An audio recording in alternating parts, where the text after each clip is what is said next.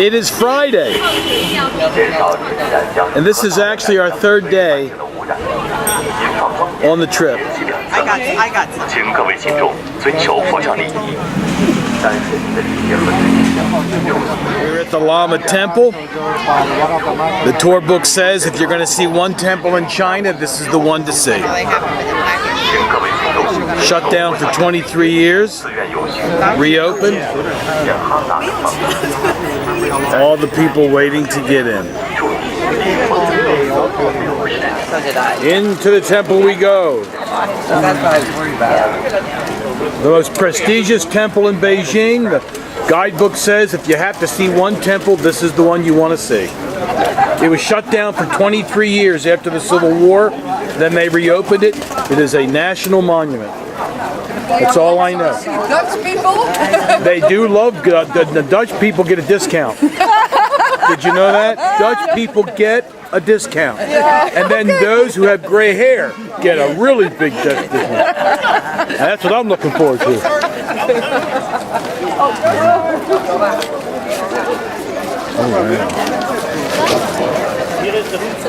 So we've made it to the Lama Temple, and we're going to do a quick quiz. Barbara, what day of the week is it? I think it's Friday. Very good. Cindy? The date, I have no idea. It's, 11. what time zone? Well, who knows the it is Friday. This is day 3 of our trip. You didn't go to Graceland University. Come on. Wait a minute. Bring her over Would you here. like to go to Graceland University? Would you like to go? Who are you? What's her name? They don't know. Do you all claim this woman? Very nice, very nice. What do you call the bio? I would call this a cathedral of trees. Oh, well, he I made just me had to write make a list. and I just threw down like a 15-minute. Much better.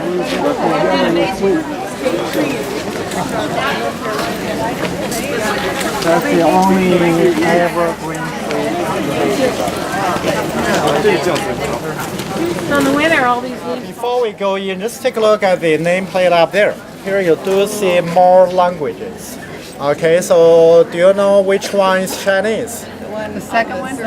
Second one from the right, correct. And the first one from the right is Manchurian written language. Why Manchu first? Because this place was built by the Manchu Emperor. Of course, Manchurian language got to be number 1. And then you'll see Chinese, and then you'll see Tibetan, and then last one Mongolian. Okay, 4 different languages. So we don't see this very often. In the Forbidden City, mostly Chinese names. In the living quarters, for some of the buildings, 2 different languages only, Manchu, Chinese. But here you see 4. Why they use so many? The purpose just for telling the public this country is like a big family. Okay, we have a lot of different kind of people here. So everybody comes together from different directions, different ethnic groups, but we are still all Chinese. No matter who we are, Mongolians, Tibetans, or Muslim, we are all Chinese. Okay, so that's why the same purpose in the old time, they use 4 different languages. And usually in the first courtyard, you see 2 towers, bell tower, drum tower. Okay, for the big cities, every city got these 2. And we have all saying morning bell, evening drum. Morning bell for the city tower, and it means it's time to open the city gate. And the people living within the old city, you can get out, do whatever you want. Evening drum, when the locals heard the drum, and then they were supposed to come back. Otherwise, the city gates would be closed, very soon. So that's the functions of the city bell tower, drum tower. But for Buddhist temple, similar function. And the morning bell means to wake up the monks. It's time to wake up, time to get up, and then get ready, breakfast, and then start chanting. We don't see lamas chanting today because they don't chant the whole day long. Usually they're morning praying in the early morning. So when the temple opens, everybody comes in. They're already done, finished. And then they would go back to their own living quarters and study for more scriptures. Only for special days, like Buddhism, not like Christians. You go to church maybe at a weekend, but the Buddhist people usually every month, 2 days very important. The first day, the 15th day. So you do see, monks praying for a longer time and more people coming to pray to the Buddhas. And the drum tower on the other side usually for big ceremonies. When they have a big ceremony in the temple, you heard both. Okay, also every evening they sound the drum. Probably tell people, and this is the end of the day. Okay, time to relax.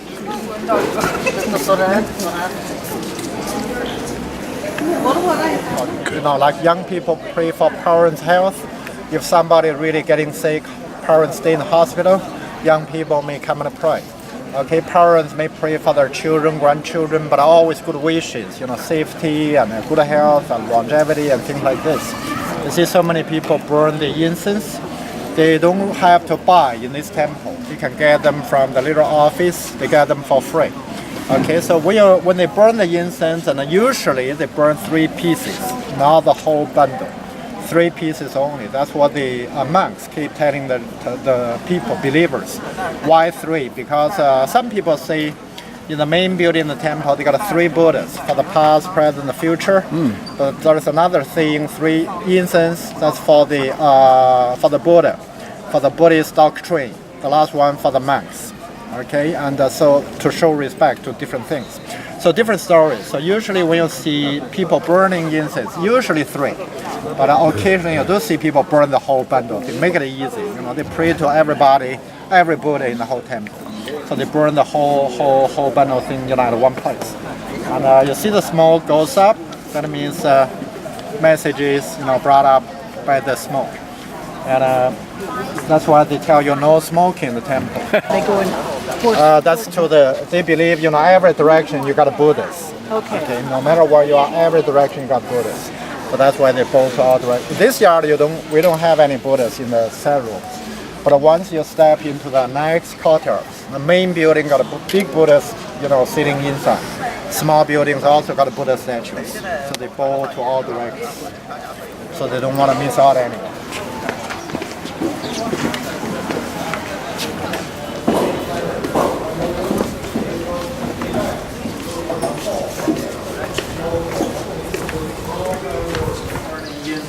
And now you see a lot of coins on the floor. These were done by the Chinese tourists. Chinese people like throwing coins everywhere, not only into the water park. They make up stories themselves. Okay, so they believe if they throw the coin onto the roof, if the coin stays, good luck. And if it doesn't, and the yellow one, half a yuan. And the bigger coins in white color, that's 1 yuan. We do have coins, but you don't get them very often. Maybe when you change money in the hotel, occasionally you got some coins. Back home, I have hundreds of them, and I'm not really using them because nowadays I pay everything with my cell phone. And so coins are not really in daily use nowadays, you know, in Beijing. I'll take them. You can go take some. And next building, you can see like the Forbidden City building. Not really a big difference, and you see yellow roof. You see animals. Comes out. You want to try again? That's your coin? No, somebody. Yeah, no, Who's Howard doing was- it? Howard. Howard's doing it. Outside you can, yeah. Oh. All right, good luck. Also, inside they got a big stone there, and on the stone there are 4 different languages on the 4 different sides. Okay, that's also for storytelling, telling people the history of this place, the renovation and everything. And see every corner. The only difference between these buildings and the Forbidden City buildings, every corner you can see a little bell. Whenever it's windy, you can hear the sound from the bell. What, hon?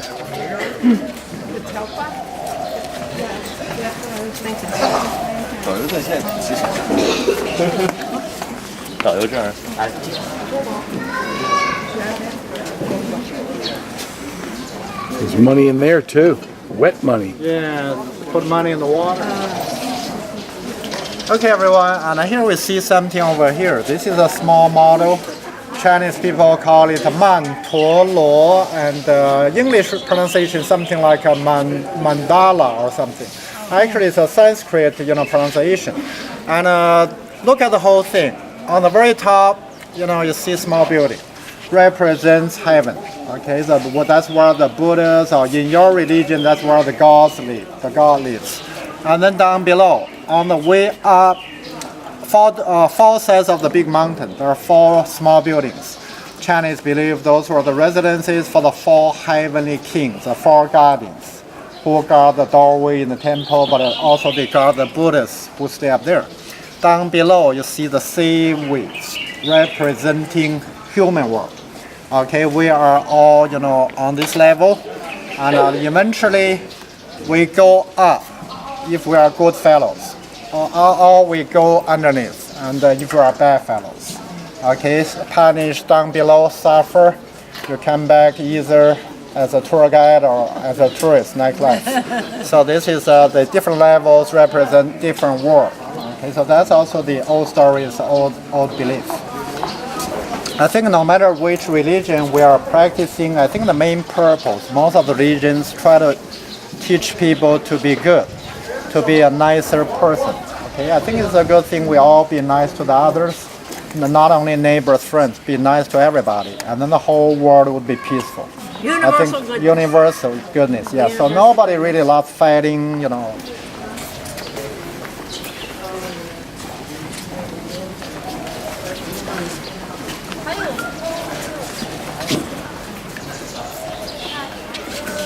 We've passed through another gate. I'll call it a gate. Building structure. More incense. More people bowing. You're not allowed to take pictures inside.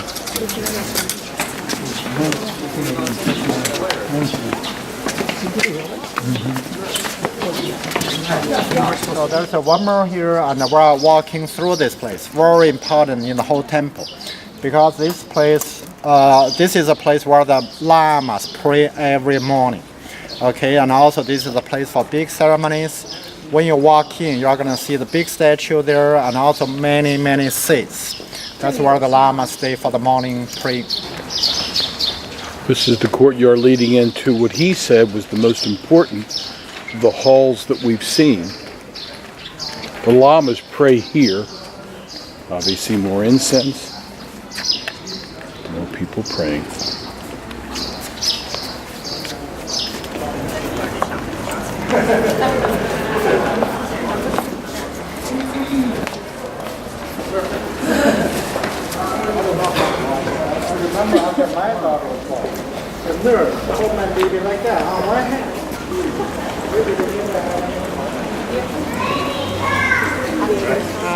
You're going to see a very big statue inside. This is the most impressive thing you're going to see. Okay, so one Buddha statue carved out of one tree. And the tree was actually sandalwood. It's believed given by one of the Dalai Lamas to the Emperor, shipped all the way from Tibet to Beijing. So they carved the tree trunk into a big Buddha statue. So you cannot see anything from here, but after you go in, you can go to one of the corners and then you look up, you see the whole statue. Okay, more than 20 meters high. And there are several meters actually buried underground. So you don't really see the whole tree trunk. This is the one and most of the Chinese come for. They pray in other buildings, they worship to every Buddha, but eventually they would spend more time and pray over here. So you go inside and you can take a look, and if you see anything like smaller statues on the different levels, we couldn't go up to the second or third floor, but you can see smaller statues on the second or the third. Usually there are also Buddha images donated by the rich people in the old time or officials. Nowadays, many people still do the donation and they give money to the temple, or they make small Buddha statues, they bring them to the temple and put them somewhere in the rooms. All the Buddhist temples, you may see hundreds of them. Usually they were placed on all the different sides around the building. So what Tibetan people do, usually they walk in. You start from this one, you go clockwise. Okay, spin them around. And I mentioned there are 6 words which are pronounced as Om Mani Padme Hum. So you can see them there. So you keep spinning them around. And the inside is not only hollow space. They have a lot of scriptures inside. So in the old belief, people believe, if you read all these scriptures, go up, or you come back for a better life. But unfortunately, not everybody was educated. Okay, so somebody invented this kind of prayer wheel. They put scriptures inside. They put the 6 letters outside. Om Mani Padme Hum.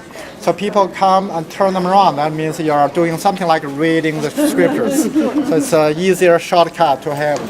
But people use a smaller prayer wheel, also hold them the whole day long in the hand. So when you see Tibetans talking, drinking tea, they use one hand, but the right hand still spin them around. So keep repeating Om Mani Padme Hum, Om Mani Padme Hum when they're not talking to anybody else. Buy me honey, buy me Okay, so that's the prayer wheels. Buy me money. And actually also for the Buddha images, no matter what they were made with, clay or bronze or whatever, they are not hollow inside. Okay, there must be scriptures or something else inside. After one statue is finished, and the eyes would be covered with probably a piece of silk. The high-ranking lamas and the low-ranking ones all come together. They pray for the new statue, and then they remove the cover. So that's what they do to the new one. So there must be something inside. Okay, not a hollow. We lost Eileen, but we found her. Oh, gee. I saw her praying, studying the scriptures. Yeah. And she left the group. That was me, choking on incense because people kept putting more and more incense in there, and I'm like, gosh! Well, we're leaving the Lama Temple.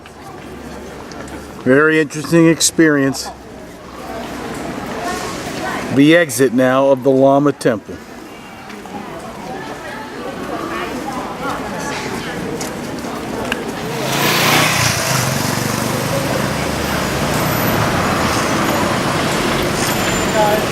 How you're raised too, especially if your family, you don't have that is your own.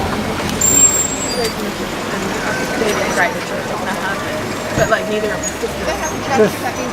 them are active. This reminds me of Lourdes. Street upon street of little shops with all the souvenirs. Reminds me of Ocean City, Maryland. The same thing, yeah. Wish I had my cash on me. I could sure go for a beverage. Okay.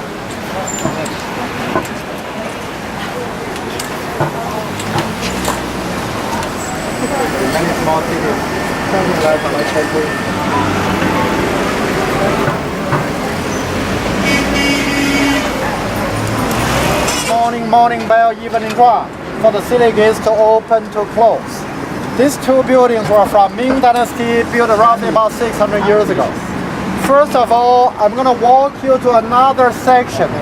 You're going to see a lake with a lot of small buildings around. So that's the thing on our schedule. So you will see another neighborhood, and then we come back.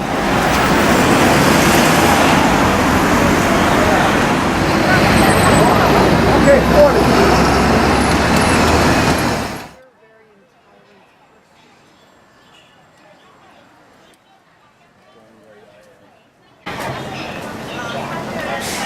Going down to the hutong.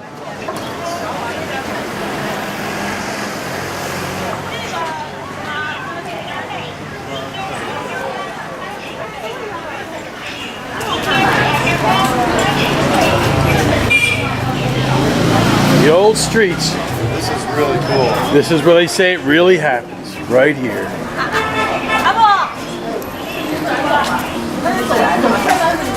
What was that?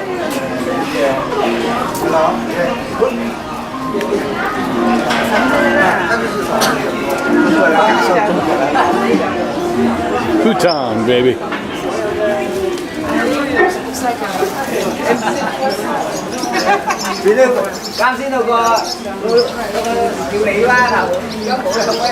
I've seen this before in my life. Different kind of concept, but shops, and more shops, right? Look at that. Rice on a stick, heated. Very good, man, very good. Should have brought my wallet. Hi. Hello. Very good, hello, yeah.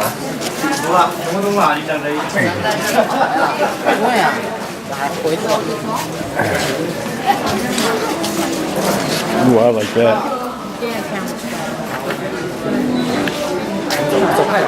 上岗好啦。But these down to classes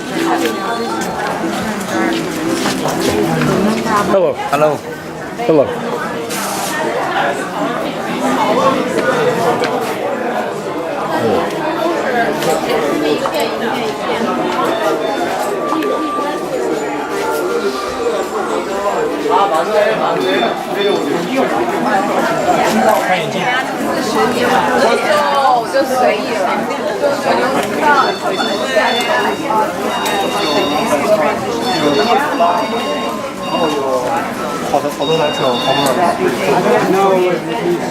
Looks like the streets of Venice, huh?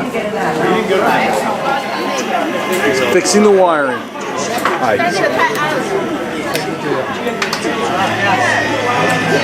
Shops everywhere. My goodness. Shops everywhere. All the entrance we're walking through actually is called a small hutong. And hutong, nowadays it means a small alleyway. When you look at this, not designed for any modern traffic. Okay, because in the old time, people only walk. And also the officials carried in small sedan chairs. And they go around, in the little alleyway. But when the low-ranking official sitting in a sedan chair go in this direction, if he saw another bigger chair coming over, that means a higher-ranking one. So this lower-ranking guy gotta go hide in the corner, wait for the bigger one to pass, and then he would come out. So that's a rule in the old time. And nowadays, when we go back to the other part of the old neighborhood, you will see the streets are so narrow. Many people live there, they have cars. They park the car on the roadside and make the traffic really hard to get through. Okay, so because a lot of people, they like buying cars, but this sort of place not designed for car parking. And but this area is better because you don't see any traffic. They don't allow cars to get through. So we walk a little bit further and you will see the buildings. Actually, many are still old buildings. We look at this, from many years ago. But nowadays for modern business, a lot of shops open selling T-shirts and everything.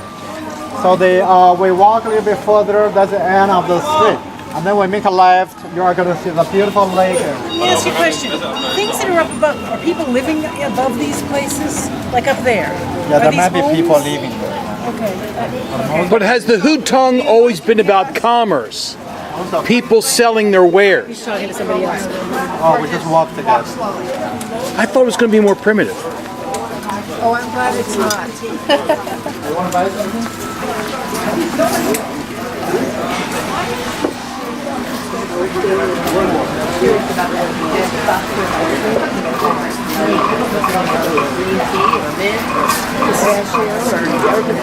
Yeah, they're really cheap. What's he doing?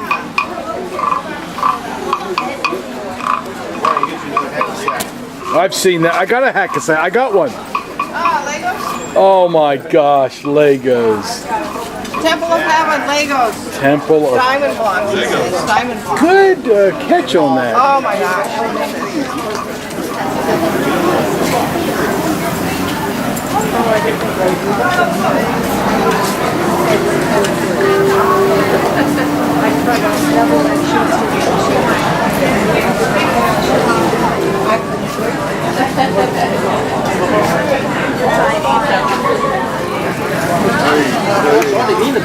Look at that, Charles.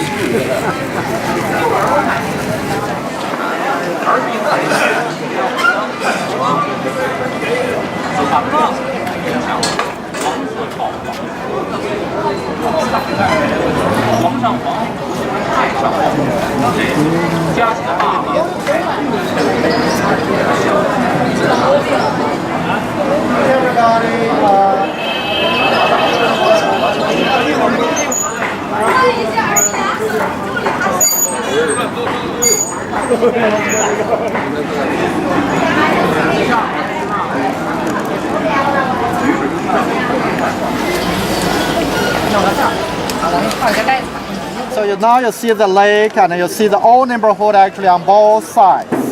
One section on the other side and another section behind the lake. the Mongolians, when they came to Beijing, they found this place.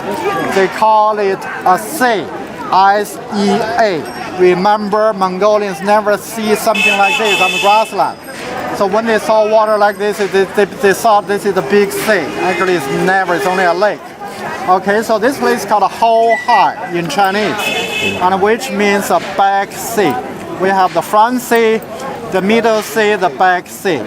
So the back sea refers to the big lake here. So beautiful scenery, and especially in summertime where a lot of lotus flowers blooming, willow trees, and the neighborhood on both sides. So this is a favorite place for senior people. Imagine they can gather and do Tai Chi together in the morning. They can sit down and chatting with each other. So this area is still very popular for the old people. And actually, the lake goes also to the other side. Around the lake, very busy at night. A lot of bars. So a lot of young people, including the Chinese and Americans or other European young ones. You know, we have a lot of young students. We have a lot of business people in Beijing. They come to the bar at night. Some of the bars have, live music. So very busy and noisy place at nighttime. At daytime, it's very quiet because most of the bars not open. Only some small coffee shops are operating. Be the rickshaws.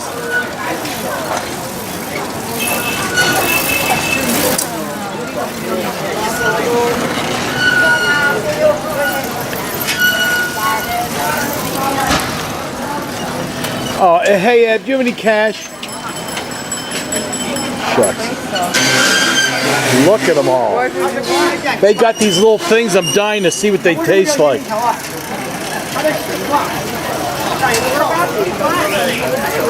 I know.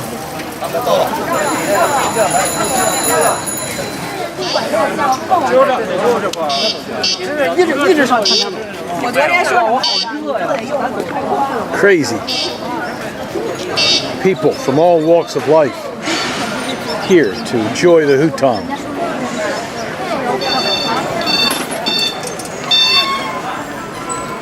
Look at that woman. People trying to find their way. That looks like a nice restaurant in there, hon.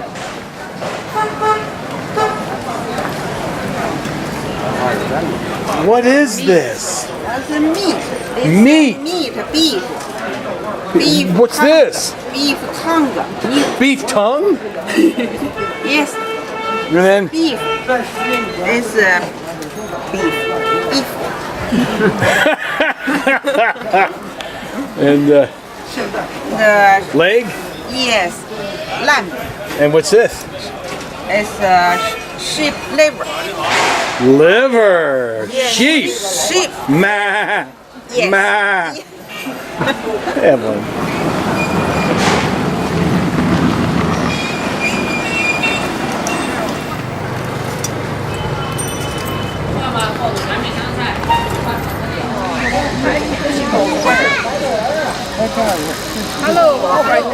Uh-oh, here she comes. They find you. That's cute. 5. All of that. Color. That's same with that. Okay? Room in my suitcase. Free. No, don't dare to stop.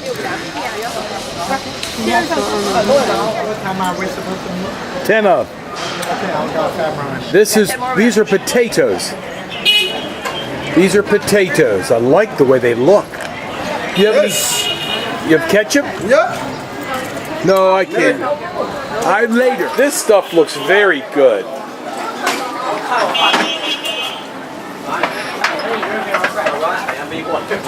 I'm getting some of that. Traditions of the hutong is the bride coming with her husband to take pictures. Now they are already married. They have their certificate. These are the pictures they take. It's their custom to come to the hutong and take the pictures. She's a very pretty woman, but she's more beautiful inside.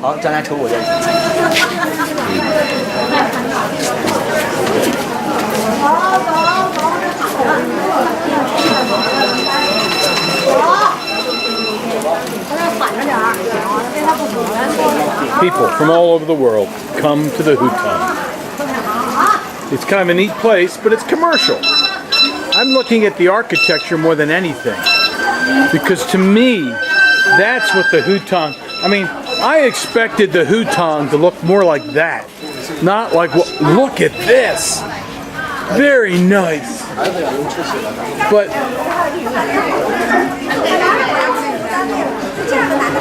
what do you mean you're not around me that much?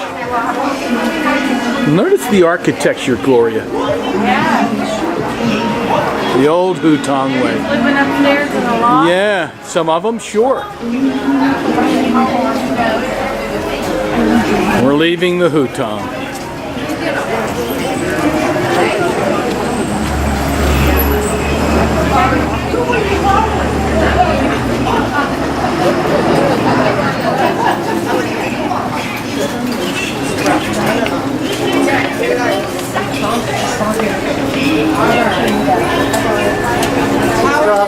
Let's not mention these two buildings already, Drum Tower, Bell Tower.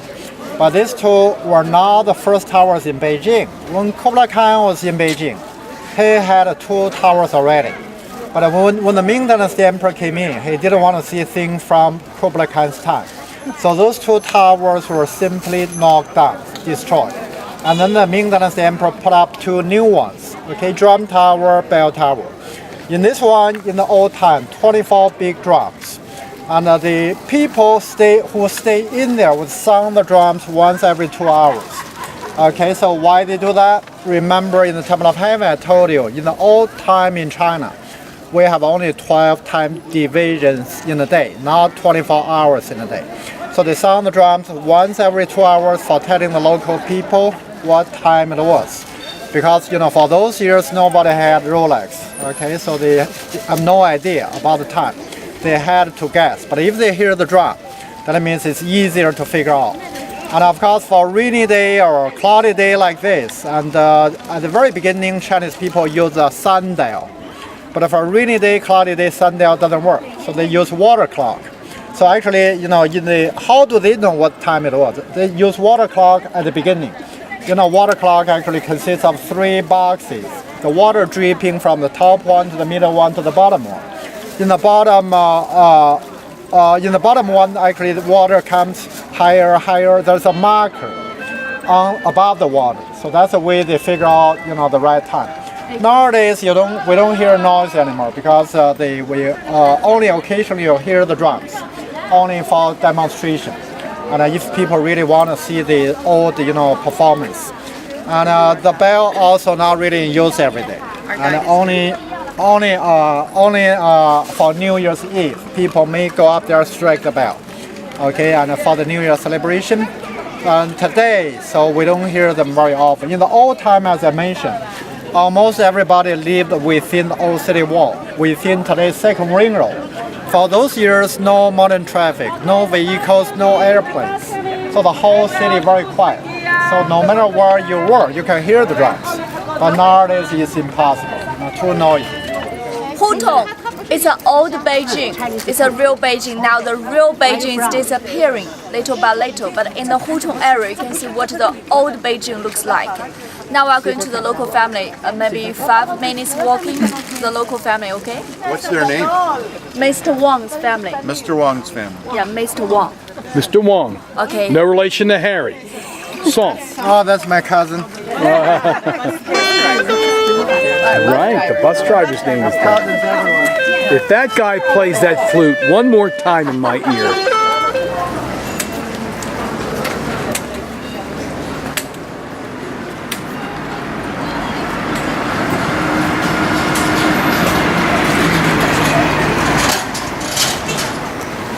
A smaller hutong. Indian boy that got adopted and then went back to find his mother. What was that movie? This reminded me of going down this. But he went back to find his mother. Oh, I saw that. What was that? Was such a good movie. Yeah, what was that called? It'll come to me. Harry said this is a more predictable, traditional hutong. No, look, all the commercialization's not here. It's more of people just living their lives. You take a left. And notice the wiring. Of course, if you go in the back alleys of Chicago, you'll find this too.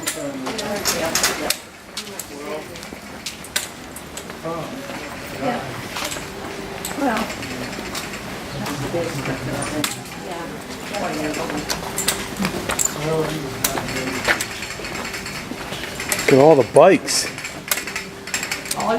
Look at the little boy. What do you got there? Oh.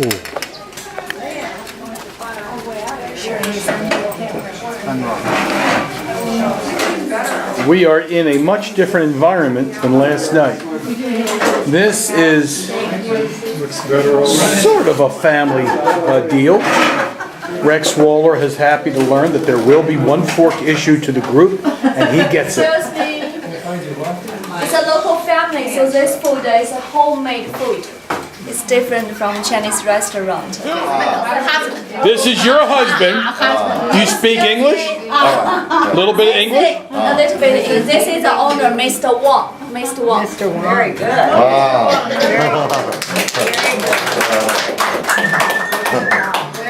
Mr. Wong, could I get a cheeseburger? 他说他想拿到一个什么东西，我 cheeseburger. Excuse me, Mr. Wong, you know the carrot balls? Yes. Carrot balls, he learned it from his grandpa. His grandpa was a chef of the last emperor. Last emperor, imperial cook. Wow. Very impressive, very A impressive. certificate from the emperor. Now, does Mr. Wong have children? Yes. 他问你有小孩吗？有一个女儿。 One daughter. Okay. And how long has he been hosting people here in his home for meals like this? 他说你做这个接待多少年了08年奥运会。10 years since 2008 Beijing Olympic Games. And what does he enjoy? What does he enjoy about it? Because it seems like a lot of work to me. 他说你做这个乐趣在什么地方呢？他说就每天都见到世界各地的朋友们，我心里很高兴。he's very glad to see the different tourists from all over the world. Does he have any chocolate cake or cheesecake coming? Take photos first. Ask him. Any chocolate cake or cheesecake? Chocolate cake or cheesecake? 他说 I'm kidding. 我不知道他应该说的是一个开玩笑的，说是一个什么巧克力的蛋糕呀，还是 Eat the carrot. 啊。 carrot cake? Favorite. Carrot cake. 这事儿都。Carrot balls. Nothing left. Just tell me about working here with your husband. How much do you like it? 他问您说，您跟您丈夫一块合作干这个，就是做这个喜不喜欢干这个？喜欢，非常喜欢。 They like it very much. And how busy was it when the Olympics were going on? 我说那个奥运会的时候，你们是不是也特别忙？然后那个 Yes, yes. Very busy. Yes. Has she ever been to the United States? 他问您没去过美国没去过， ？No. 准备去， But they are going 这 there. 钱刚攒够。 They are going there in the future. But they are planning to go already. And what does she expect to find? 我说您想去美国都想看些什么地儿？哎呀，很多的都想看。他们地儿都那个具体的那个什么地儿好，我得到他们国家那儿才那什么呗，咱有好多都不知道那什么。That United States is very big, like China. Of course, they want to see many different places. What does she? Oh, go ahead.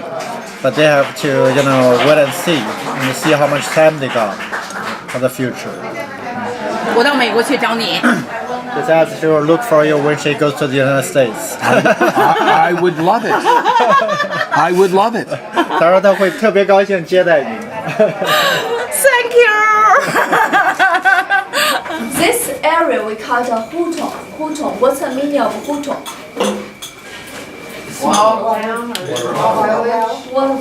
Water well.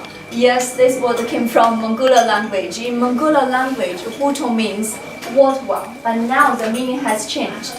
Now in Beijing, hutong means a type of a narrow street.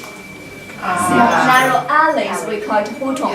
Each street has its own name. What hutong? Later on, we are going to take the rickshaw passed by that street. We call it a tofu hutong. Tofu hutong, because in the tofu. In Qing Dynasty, a man had made tofu in that street. It's very delicious, very famous. Tofu hutong. I lived here for more than 3 years. When I came to the hutong area, I learned a new word in this area: road rage. But I think hutong more than that. It represents the local Beijingers' lifestyle. It's an old Beijing. Now the old Beijing is getting smaller and smaller. Last century, since 1970s, there are many this kind of courtyard. Old hutong, old house were destroyed to make way for the new building. The water cube and bird's nest. For Beijing Olympic Games, it was hutong, like this area. But because of the Beijing Olympic Games, we destroyed the hutong to build the water cube and bird's nest. Now the government realized this kind of culture, we should preserve it. This area lies in the central axis of Beijing city, so it was. 那是我先跟他们讲一下，他不做，他背不舒服，他不做。So in this area, it was preserved. Later on, you are going to take the rickshaw. You can see many shabby house in this area because the people who lived in this area are not allowed to change outside. We can change inside, but we can't change outside. Really? Now the owner, Mr. Wong, he will give us some information to the courtyard. Okay, 可以了。王叔。欢迎大家来做客。He said, "Welcome to my family. It's his great honor to invite you to come here." 这房子100多年了，最早的是我爷爷在这儿住。我爷爷当年是御厨，给我末代皇帝溥仪做饭。This courtyard has a history of almost 150 years. 你们吃这丸子，就是我爷爷当年给我们画的。那会儿跟他们说了 ，the carrot balls. He learned it from his grandpa. His grandpa was a chef of last emperor Fu. 你们现在吃的味道比我们皇上那时候还要好吃。Now it's better than the past. Better. Yeah, get better and better. 我本人是厨师，在北京东来社上班。东来社的，真的吗？She's chastising him. Sorry. What did he say? He was a cook. He was a cook in a restaurant. He was a cook. Yeah, cook in a restaurant. 火锅 hot pot. Hot pot. Yeah, last night we did hot pot. 今年做饭40年了。He was cook almost for 40 years. 40 years. 家里没有卫生间，还得到胡同去。In this area, this is a big courtyard, 300 square meters. 这边是饭厅是吧？饭厅。This is the dining room, kitchen, and bedroom over there. Have you noticed? No toilet, no bathroom, no bathroom here. No bathroom here. His side in this area, only 10% family have private toilet. The rest of family will have to share the public one. In this courtyard, no private toilet. Every day we have to share the public one. 80 meters, one public toilet. 比尔喝多了，得跑着去上卫生间。If you drink too much beer, and you have to run to the toilet. I live here. In my courtyard, no private toilet. Every day I have to share the public one. From the toilet to my room, 1 minute on foot. But in winter, 30 seconds. 天冷的时候上卫生间冻屁股。It's a problem. It's a problem. It's okay in summer, but in winter it's very cold outside. 我问他们是不是有什么问题？我有一个老伴儿，有一个老伴儿。No, you can't have her. You can't keep her. Can you see that lady? His wife. His wife. 爱说。 Talkative. That requires no translation. Wow, handsome. Wedding picture. That's not you.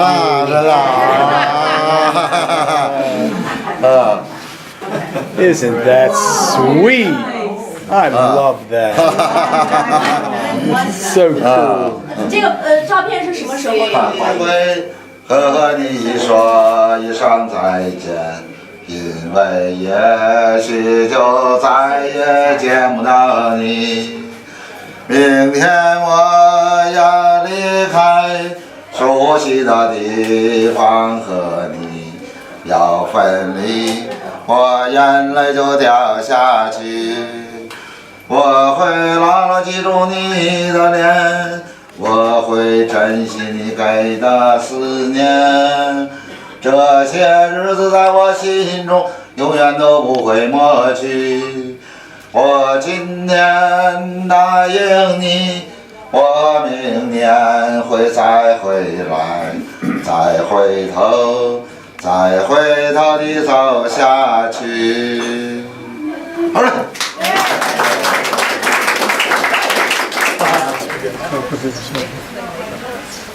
The first thing the housekeeper asked us, their hearts, that's their lot in life. So that's the drum tower. There are people in there doing some kind of a performance right now, and that happens a lot. This is the square that leads to the bell tower. This is the bell tower. This woke people up in the morning.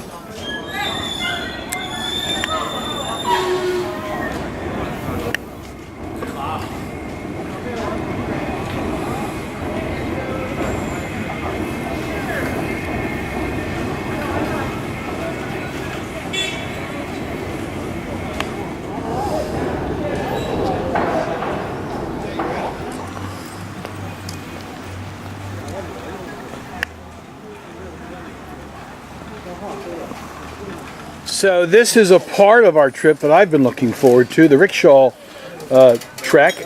And you speak English, sir? Speak English? How are you? Good. I'm good too. Look at who you have to lug around. The guy on the left, he's in good shape. Okay, Colleen too. Oh, look at there. Look, there they are. Oh my God, here comes one. Hello. Hello. Hello. Hello. Hello. This is what the rickshaw looks like underneath. This is the gear. Wheels seen a lot of activity. They got a battery. How long have you been a rickshaw driver? Stop.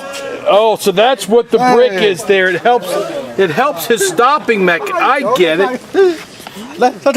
Yeah. Do you want to take me? No money. No Luan. Broke. No money. Poor. Lisa, tell him I'm poor. Paul. He can understand. I don't know what he's doing. He's been drinking sake. From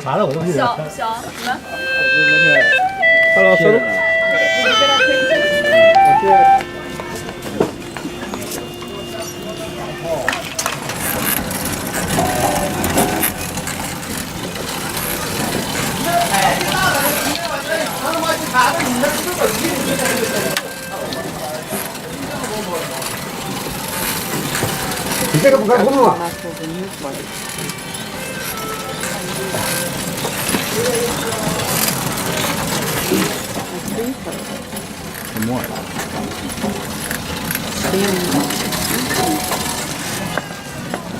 Hi, Lisa. Mahjong.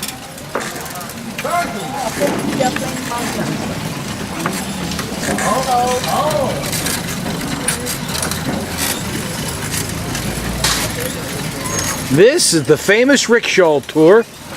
My name is Paul Davis. I'm with a man that's one of the longtime employees of the Dr. Hutong Company. And this is an area that a lot of rickshaws travel through. I'm wondering where Howard Sakima is. Those are exercise equipment all over. It's not like the rickshaw corner of the market or have the, oh! We've got to give way. Give right away. Or else go over the curb. 哎呀，大脑怎么这么没劲啊？不是没劲，我这样能真的，明白吧？说老了又，中国传统美德，人家都跟上了，就你没跟上。我是故意让他的，这是应该的。懂什么呀？让老人先走，这是规矩。不明白咋回事，别说话，知道吧？人家都跟上，就你跟不上，哎，他不水劲，你抢有什么意思？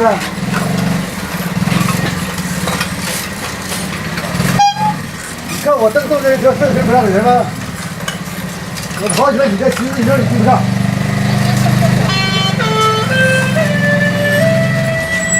I kind of like that instrument. I wouldn't mind having one of those. It kind of sounds like a recorder.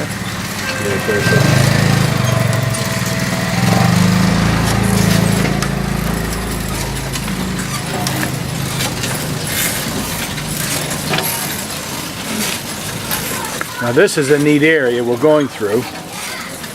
Got the nice cathedral of trees overhead. Very impressed with the muscle power of my rickshaw driver. I think he was disappointed when he saw me get on the rickshaw, wondering if he'd have the ability to power through. You've got the commercial influence, the Western world influence here, and then this seems more like the traditional life for the Chinese who live in the hutong.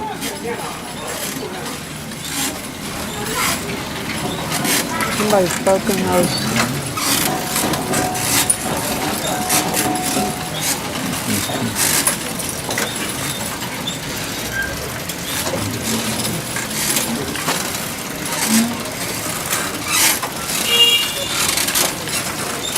Not exactly what I was expecting, but that's okay. I was expecting something more primitive.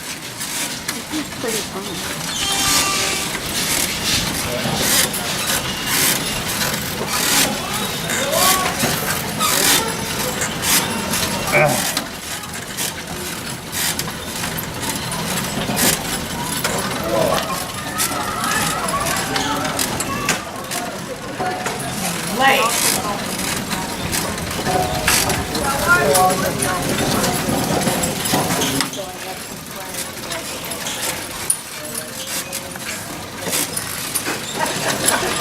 Eileen Kelly Yes, dear.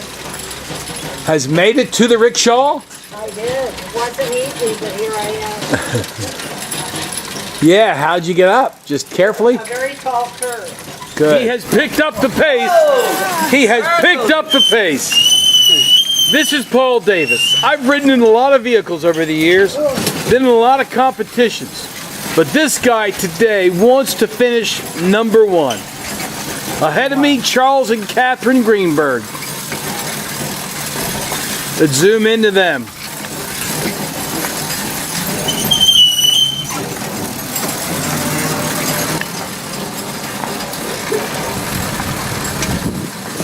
Very interesting.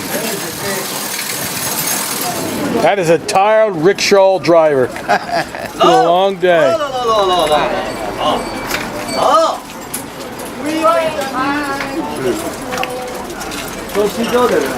Interesting. Oh my gosh. We were talking about cheeseburgers earlier. Look what we've spotted. We made it to the 798 Art District. I've been reading about it, hearing about it, and all I see is a bunch of bicycles.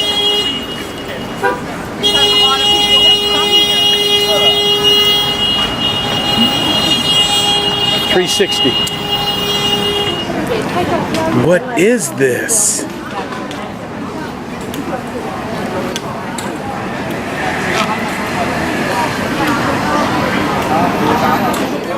Well, the thing lied to me.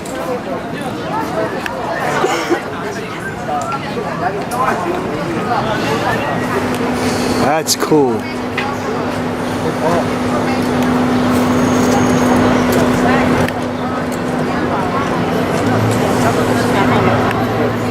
Hi. 笑，别笑。哇！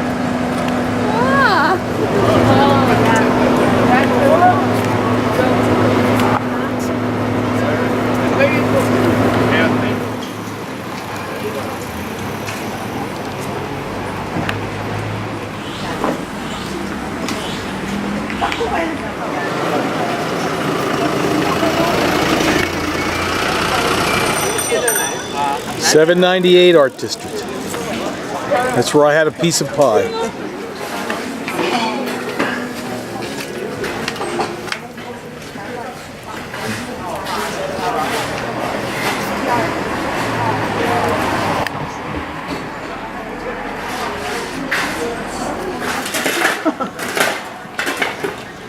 Renovation.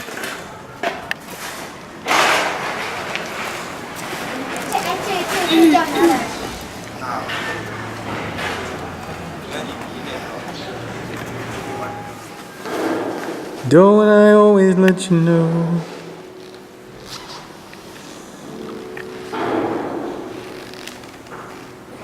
This is finger painting.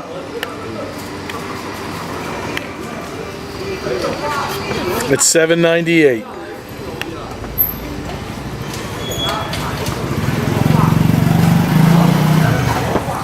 He does some great stuff here. And you can see how it fits.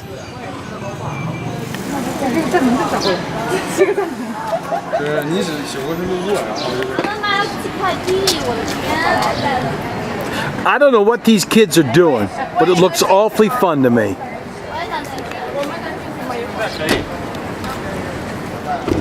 They are celebrities, or they're doing a photo shoot or a commercial. I don't know what.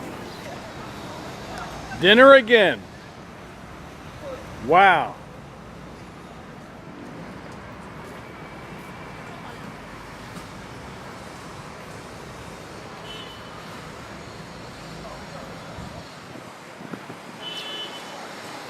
Just to give you an idea of where we had dinner on Friday night. Friday night in Beijing, China. And we've just had another great Chinese food meal. And this is the best weather we're going to get. And this is the time to tell you that Linda DeBarth tonight did not go for that funny shrimp that started out this meal, did you? No. You said, I've seen that before. In fact, Soon came and warned me. Well, I looked at it and said, ah. There's Evelyn. She's taking over leadership of the tour. Where's Eileen? What's the next issue, Eileen? Where are you? There she is. I've got 2 words for Eileen Kelly. High maintenance. My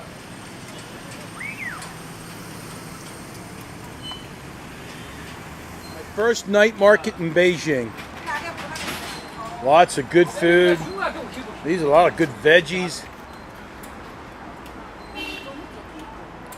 There's the entrepreneur and her friend. Actually, it's an exchange there. There's a great looking trees in China. Just a normal street right outside the acrobatic show. The Graceland groups had another good dinner. And look, Laurie has been put to work. Now you have to count us. You know what? If your classmates from UMKC see this on Facebook, you're in trouble.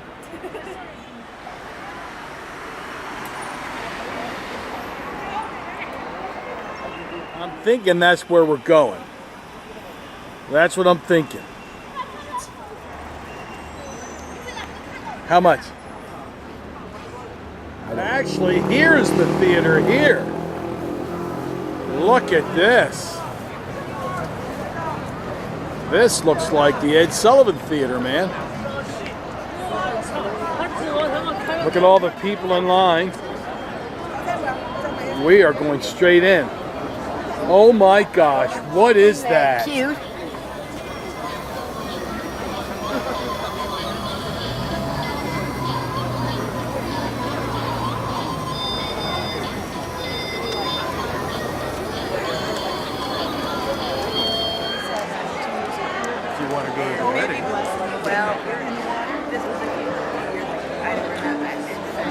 First class seating for Graceland.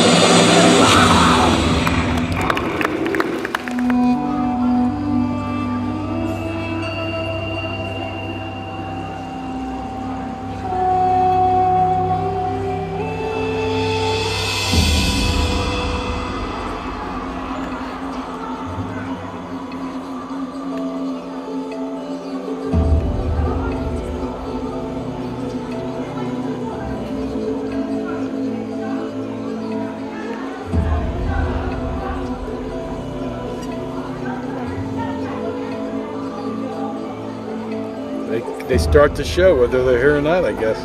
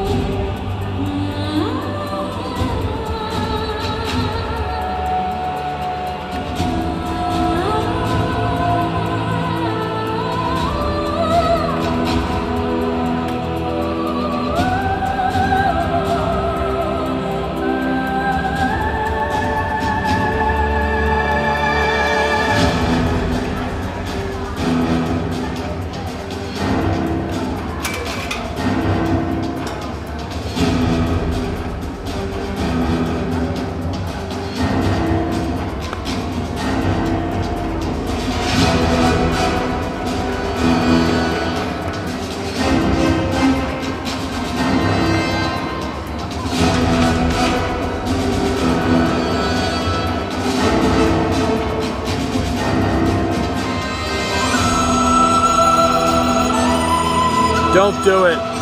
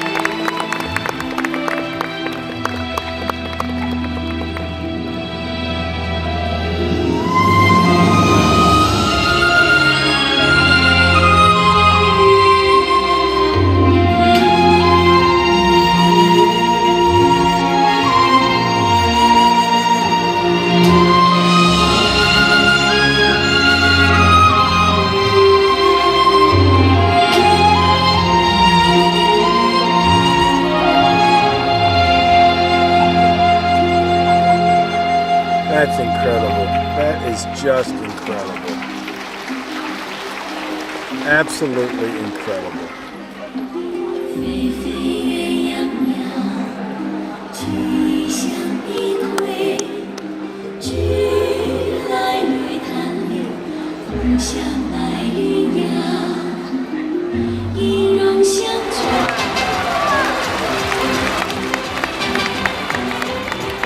Incredible.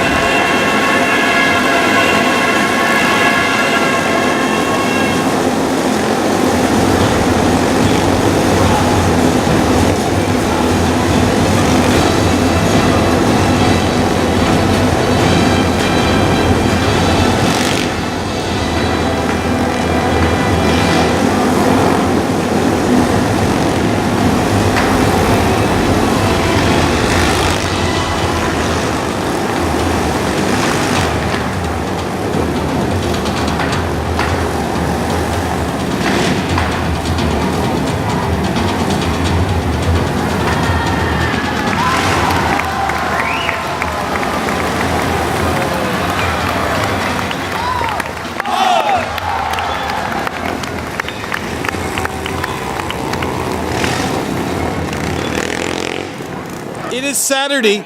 We're still in Beijing, but it's our last morning. We're at the Summer Palace. 3/4 of the property is water. This is where the emperors would come to get out of the heat. And the Graceland people are getting their tickets. It's been a good several days. Yes, it has.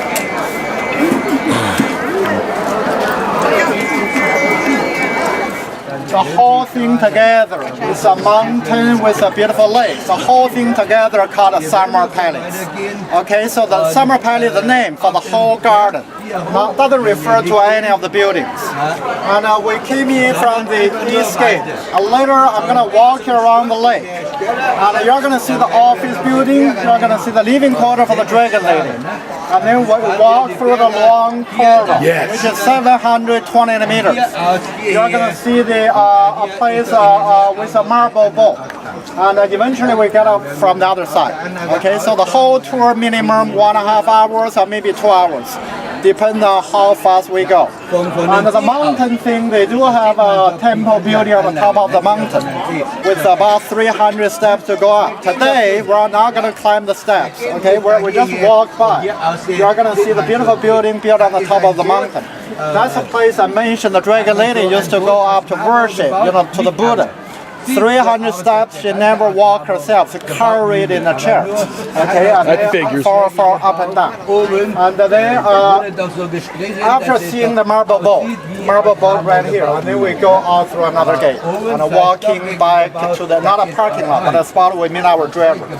So the whole thing built in Qing Dynasty, okay, by the Empress Xi'an for the mother's birthday. But eventually, after the Dragon Lady took over, this place became her summer home.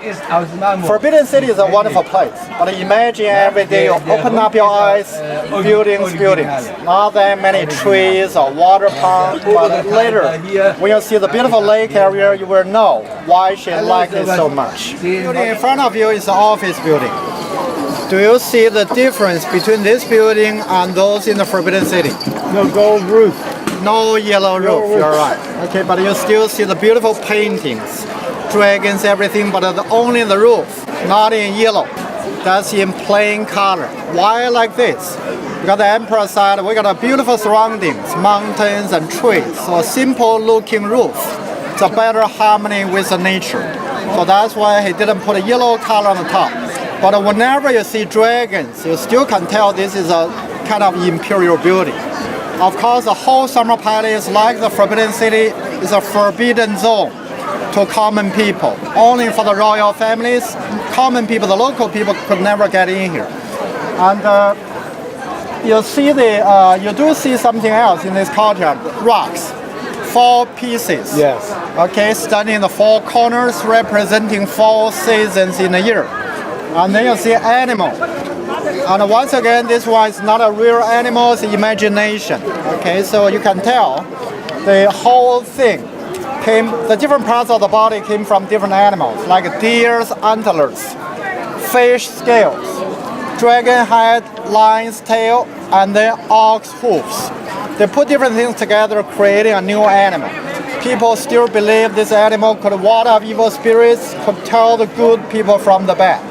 There used to be 2 of them. Whenever you see animals, should be a pair. But the other one, unfortunately, smashed by soldiers in 1860s. Oh.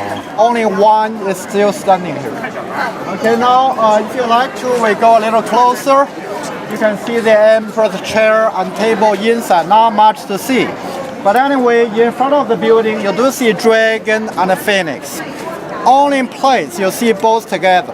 And a dragon phoenix together means a happy marriage, a happy couple. But the dragon used to be on the other side, and then phoenix. And because Emperor usually number 1. But after the Dragon Lady took over, she, moved the phoenix to the other side to show the public she was more important than the emperor. Cloisonné, if you've never heard of the name, actually there's an English word for that, enamelwares. Enamelwares, made with copper. Okay, so that's invented by one of the Ming Dynasty emperors. And also behind the yellow seat, you see something like glass, and there are a lot of Chinese characters on it. about 100 of them, and they all have the same meaning, the same pronunciation, longevity. In other words, on one Chinese character, longevity can be written in 100 different ways. And, just created by people wishing the Dragon Lady a long life. You see the name up there on the wooden plate. This time only in 2 different languages, Chinese and Manchurian language. Okay, because remember the last dynasty, Manchu Empress, so that's why Manchu language everywhere. Now you see the dragon, you see the phoenix, and plus incense burners in front. So this is a working quarters. This was a place where the emperor used to receive officials and did some paperwork, and also occasionally receive foreigners. When the foreigners came for a visit, and if they were not in the Forbidden City, the foreigners would be taken to this place. And Dragon Lady, used to work here now and then, but not very often. When you look at the building, remember also those in the Temple of Heaven, Forbidden City, no matter how big in size, not a single nail was used. No nails for the old time. In English, you have a special expression called tongue and groove. Right. Tongue and groove, always wooden joints, wooden bars, wooden lath, everything, no nails. But nowadays, you do see something metal, but those were added in recent years. Whenever you see something like that, that means there should be a wooden pillar inside the wall. They try to fix the bricks and the wall together, make the building more stable.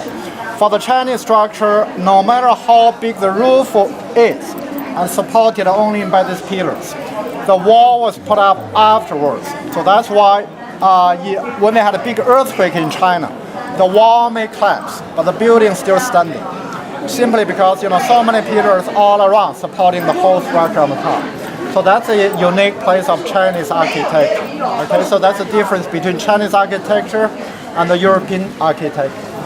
And these paintings also redone before the Olympics, like some of the buildings in the Forbidden City.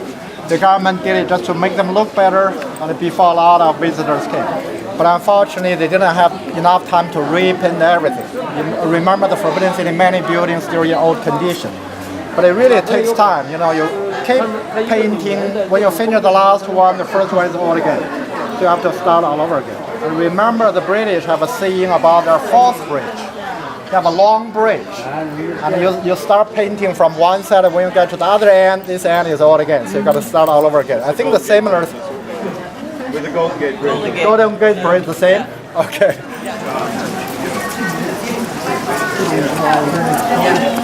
Yeah. Until they figure out, oh, look, we can use it on a big sprayer. I think I see a lake in the foreground. I think I see a lake. For practicing calligraphy, also a kind of exercise. Why I say so? Because the brush they use could be a very long one. Okay, you write without bending. Sometimes shorter. You have to bend back up again, So it's good for the joints as well.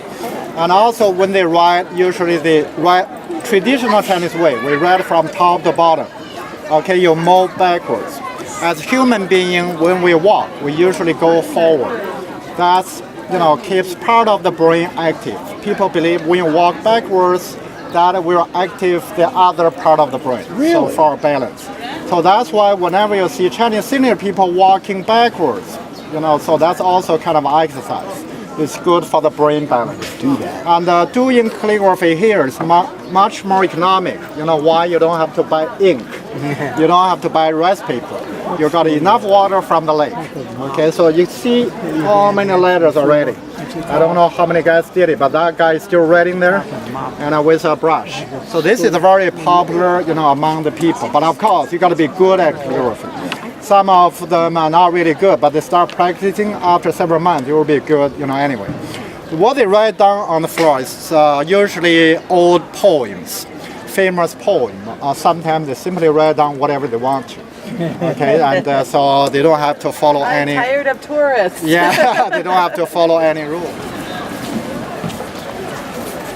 四季顺畅。You are God. I'm glad to Hey, nice to see you. I God.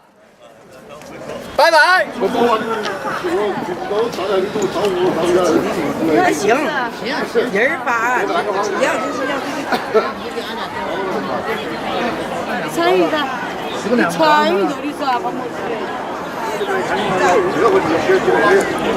Summer Palace, pretty spectacular.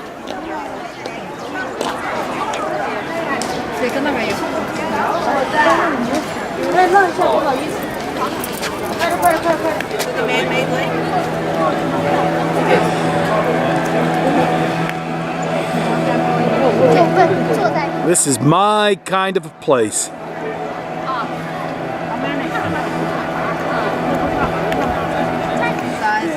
Smog for the first time that we've really dealt with today on our trip.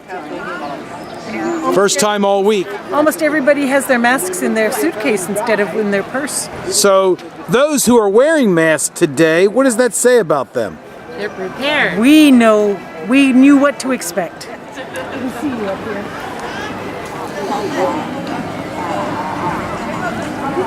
Hello. Hello. It's called a Kunming Lake. Kunming is the name of the city, a Chinese city in southern China.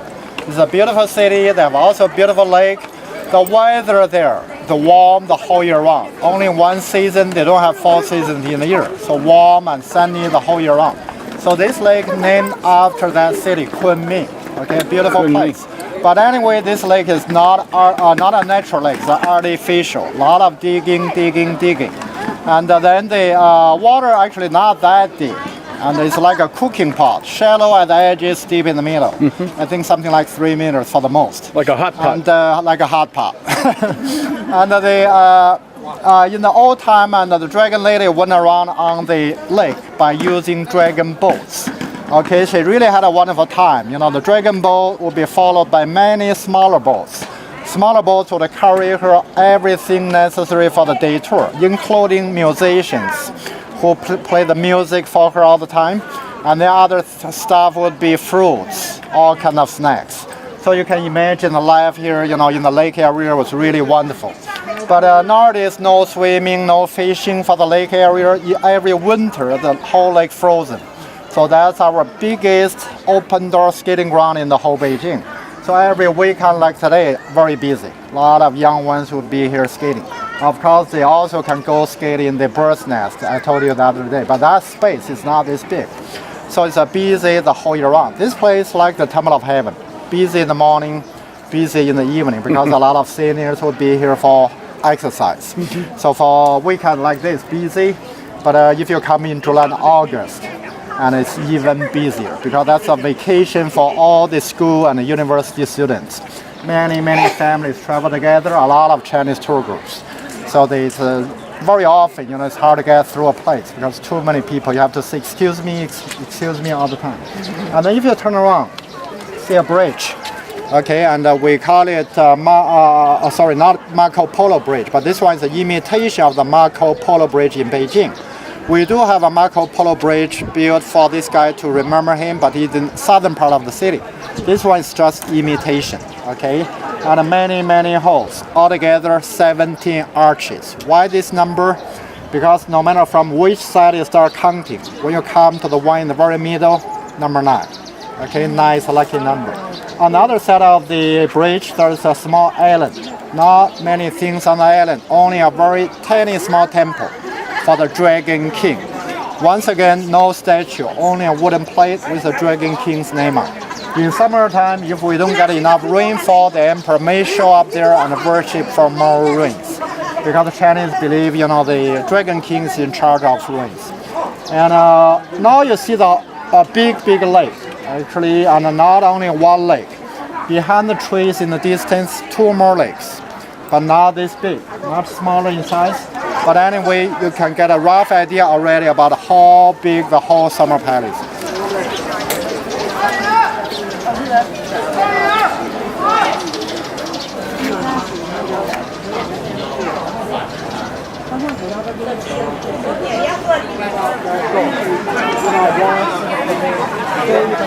A lot of people loving this place. This is the Summer Palace. It's Saturday for us, Friday in Iowa. And people from all walks of life are here. Again, peddling their wares, postcards, Everywhere you go, you see that kind of salesmanship, entrepreneurs trying to make a few money, iPhones all over the place. It's incredible. And now we're going into the living quarters. Photography is not allowed. Wow. Look at this. Look at this.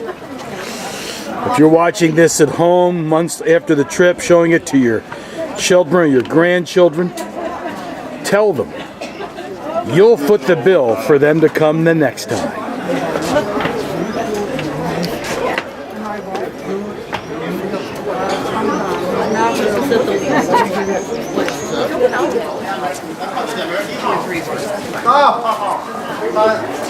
Going through the courtyards,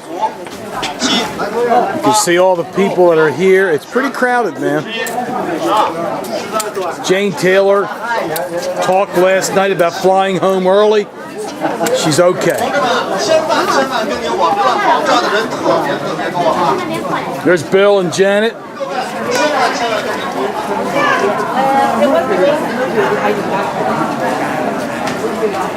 Okay, so the Dragon Lady stayed in a little yard, not very big, something like maybe 2,000 square feet, but she would have around 100 servants, for only herself. In the kitchen, more than 100 people cooking, because the different chefs would make her different meals. Some of them for meat dishes, the other for veggie dishes, and these people make soup, and other people make dessert. So many people, they specialize in different things. According to the historical records, and when she had her lunch or dinner, it's going to be 126 dishes on the table.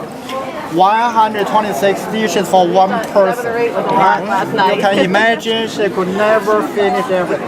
It's a big waste of food. And many people believe the money she spent for one meal probably would be enough to feed 5,000-6,000 people for the whole day. And but anyway, because she was number one, and she was the most powerful lady, she really had a luxurious life. And I told you the story about her, going around on the lake on the dragon boat. And also this lady, she tried to make herself look young. So she used a lot of different stuff. When you guys went to the pearl store, remember the pearl cream? Did any of you see the pearl cream? I bought a carton. The beautiful pearls for necklace. Not working yet. The bad-looking pearls, you smash them, into powder for making pearl cream for the face. And also, she once had a jade roller. It's a little piece of jade this big, round in shape with a handle rolling on the face to get rid of the wrinkles. So if you see that, you can buy one for your wrinkles, and you can also make dumplings, dumpling skin when you stay back home. And also many people believe in another story. This lady believed young mothers, fresh milk would keep her young. And a lot of ladies give birth to babies and then taken away from home to serve her here in the Forbidden City. Word. So many people hate her and they didn't like her at all because, too many bad things. And also when she was in power, a lot of unequal treaties were signed with foreigners. China got to pay for the war compensation. We lost our territory. So she was really notorious in Chinese history. Okay, and also she got a second generation Mercedes Benz. And when she got to sit in the car first time, she was not happy at all. You know why? She saw somebody sitting in front of her on the same level. Dragon Lady usually sitting in a chair higher up, talking to people like that, looking down. But this time a guy in front of her on the same level. That's so strange, so weird. She said, who is this guy? Why he's here? And people got to tell him this is a driver, the chauffeur got to drive. Otherwise this car doesn't go anywhere. She said, this is terrible, I don't like it anyway. So the car was never used again. And it's in one of the exhibition rooms. And we had a story, some German guys saw the car. They want to trade with a Chinese government with 5 brand new Mercedes. The Chinese government said no way. This is the big rock that he has been talking about a lot.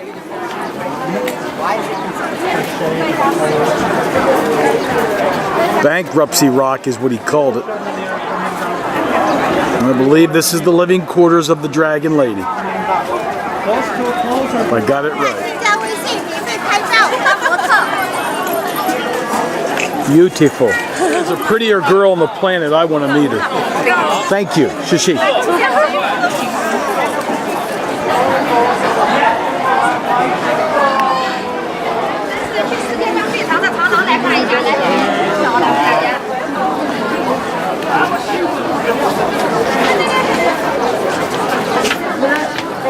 read about this in the tour guide book. This is the long corridor. Even the wooden beams inside and outside. So no matter where you walk through here or walk on the two sides, you see painting from everywhere. More than 10,000. Each one is different from the others. Okay, so some of them mountain, water, flower, birds, or human figures. So they were all painted from a Qing dynasty design, and after this place was burned down by soldiers, rebuilt, but still the same paintings were repainted according to the original pattern.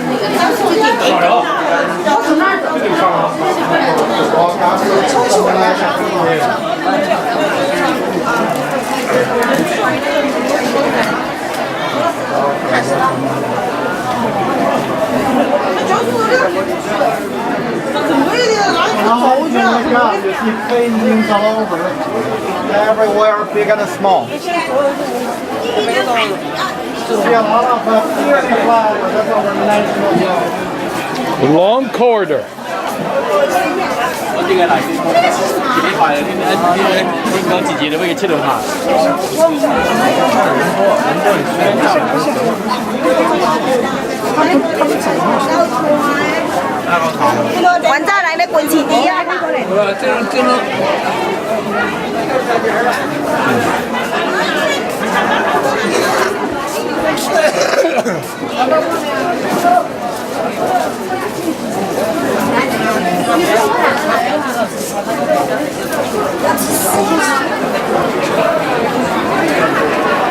Lights or what is that?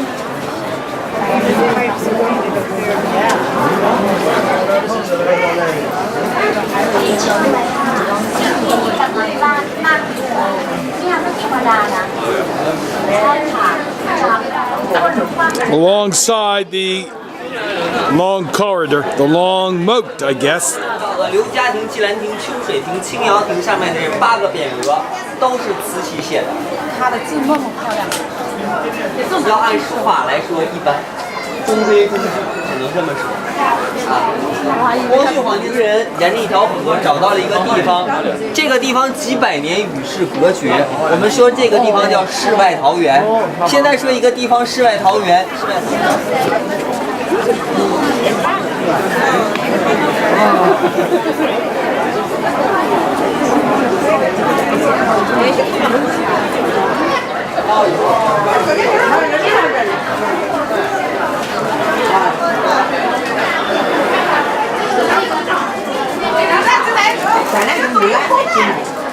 ，Always food to buy and eat. These are hot dogs. I don't want them. They have not been cooked. Hi, man. Look at that. Some of the cuisine available here. This is where people rent the small boats that go out on the lake.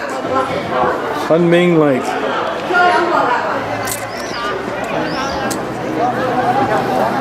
Longevity Hill, I believe, I think we're at the base of it. The group is getting itself together after there was a lost sheep. There's Bill Balow before the accident. Before the accident.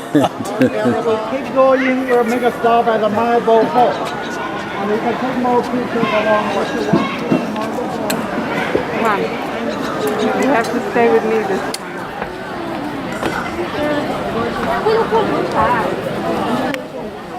你们那个太阳，你看看那个照片，你没看到吗？光环是顶在他头顶上嘛。是哎，大香的。哎，香的。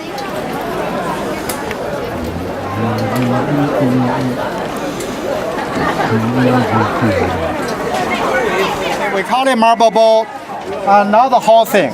Only the lower part of the bowl, the main body, made with marble stone. the two-story building, that's wooden structure painted to make it look like marble. At the very beginning, only one level, and Chinese architecture. But after being burned down by the soldiers, and they had it rebuilt. This time, two-story building, French architecture. You see the two pillars in the very front, actually they're hollow inside. And when we got too much rainwater on the top in summertime, the water goes down through those two hollow pillars. This boat never went anywhere. Okay, just sitting on the bottom of the lake. Because it's made with stone, it's not a real stuff, and didn't go anywhere. So the emperor had it built just as a symbol of stability, and meaning the Qing dynasty is like the big boat, stable like that forever.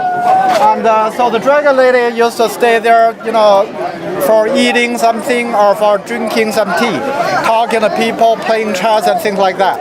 So that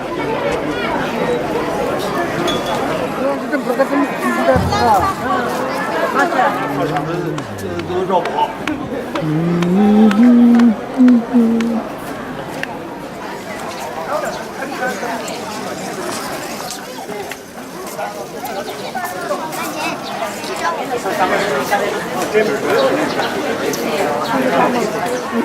I always, the two oldest ones share a room, and the other one always has it. And so as they go.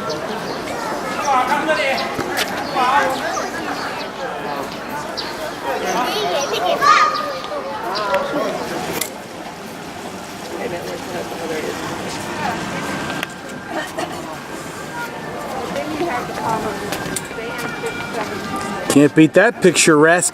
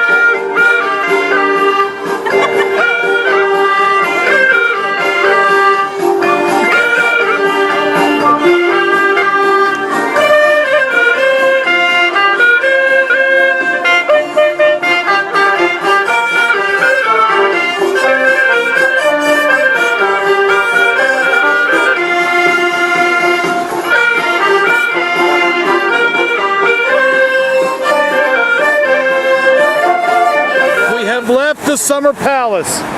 We are on the street corner looking for some way to make it back to our bus.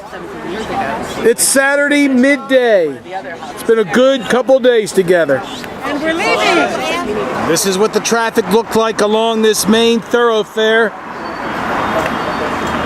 In the distance, our safe haven, the blue bus. And this is going to wrap up our Beijing leg. It's been a good leg. Good people.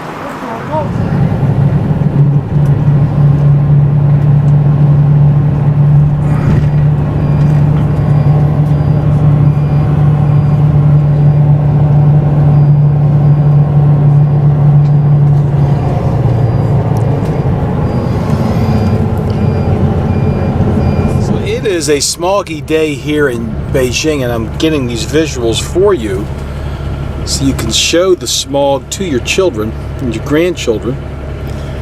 We haven't had an issue with it all week until today.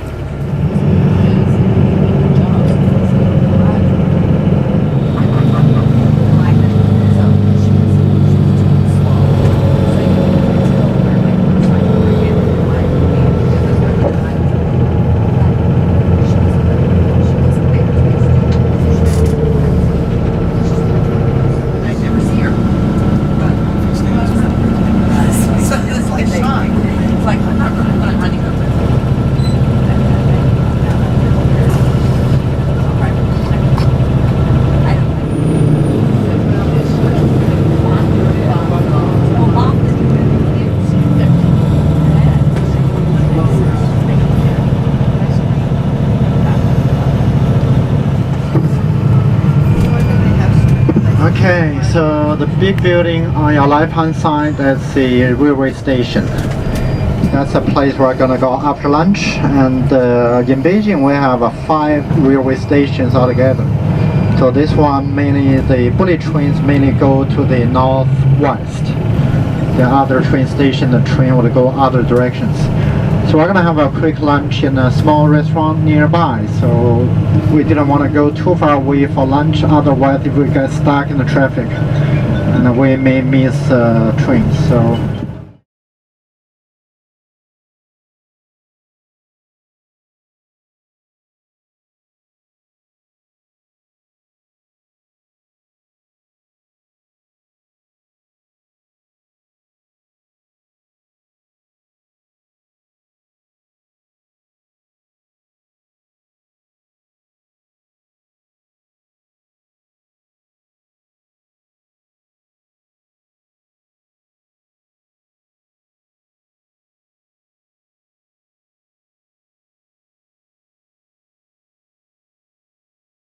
It is Sunday morning here in China. We are in Xi'an.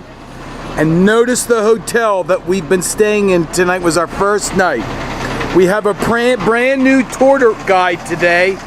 She's a wonderful woman. I love her English. I love the way she loves and has passion for her community, her city, her country. And we'll hear more from her today when we see the Terracotta Warriors. Within walking distance, a spectacular Italian restaurant. I already have the map. That's our plan tonight. But I don't like garlic. Then you don't have to go, Linda. You can go back and have more of what we've been eating, which is a great menu. It really is. Sean, how are you? You've dolled up today. We've got some makeup. The same as well, I yesterday. think today looks especially Just special. fresh. So. Yes. And then here's Evelyn Conrad. First thing in the morning, Paul, please. Hi. Look, I have lipstick on too. And then Cindy Campbell, who said to her husband on the phone, "I'll never make a trip like this again." Oh no, not Cindy. She's a good sport. Absolutely wrong. And look at our spectacular bus today. Look at this bus. It's beautiful. His sister does that too. First, Happy Mother's Day. Thank you. Happy Mother's Day to you too. Thank you. 母亲节快乐 in Chinese. When did you start having Mother's Day here? Since I think at least after 1980s. I remember the first Mother's Day I celebrate was in 1986. In 1986, yeah, and we copy your Mother's Day. So today we're going to see a wonder of the world. The 8th wonder of the world, Terracotta Warriors and Horses Museum. On March 29, 1974, 5 farmers, they were digging the well for water for irrigation. They just discovered the wonder of the world. At that time, they didn't realize they found a wonder of the world. And the museum was set up on the very spot of this pit, the first pit. It was opened to the public on October the 1st, 1979. And in 1989, September 1989, the pit 3 was opened to the public. They were named 1, 2, 3 according to the time they were discovered. And pit 2 was the last one opened to the public. In October 1994, 20 years of discovery of the warriors.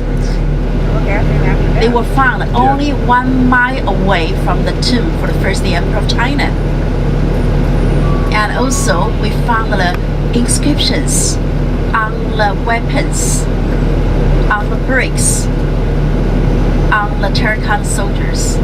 So we could tell they were made around the 10 years period, from 221 BC to 206 BC.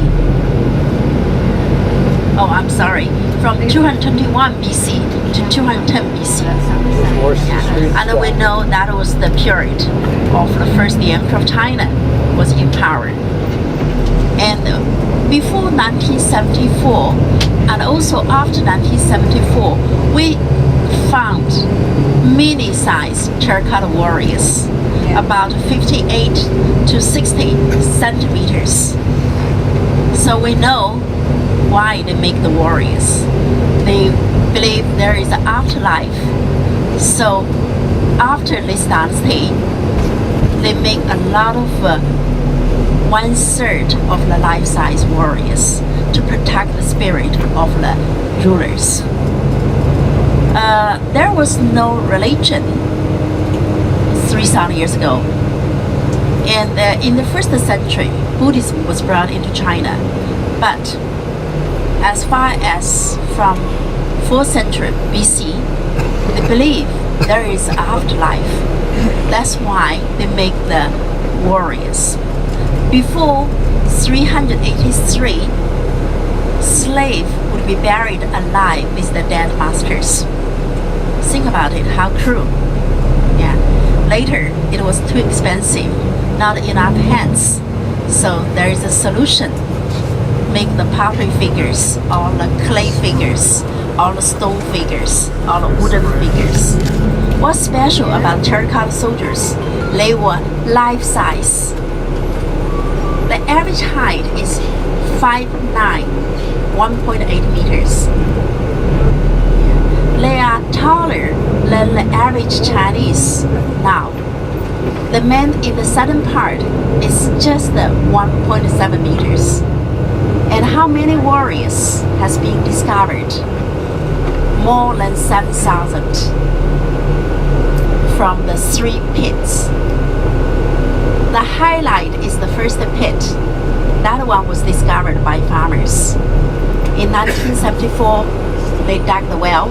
They found the size of the pit in 1975. It's almost as bigger as 3 soccer playgrounds. It covers area about 14,260 square meters. So, by estimate, 6,000 warriors would be unearthed from this pit. So, they kill the animals for sacrifice. We found the antler of the deers. And also pit 3 is behind the pit 2 and pit 1. So altogether, pit 1 around 6,000, pit 2 1,400, pit 3 68 warriors. Yeah, so altogether more than 7,000.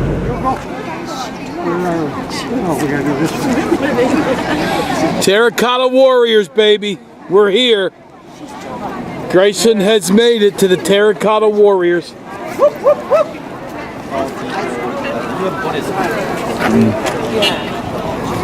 think that's even like 20. Oh my gosh, is that true what I see? Oh my. I do not know the significance of the large tongue.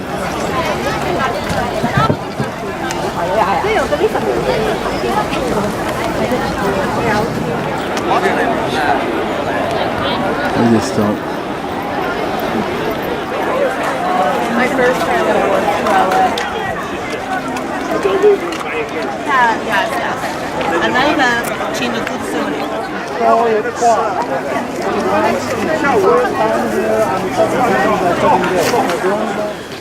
SEED, seeds. SOM, also pronounced.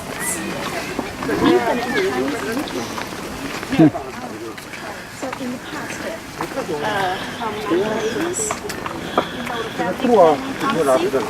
and we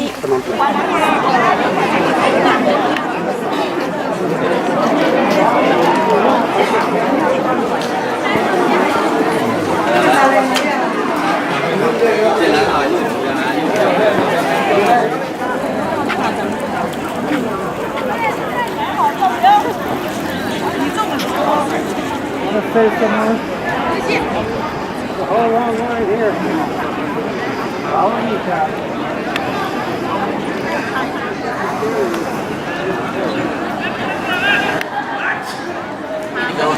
那我直接来联系。我让他发给你。对对对。好的，我让他那个菜单让。写一下，发给那个还好让他发。Legend of 你背着呢。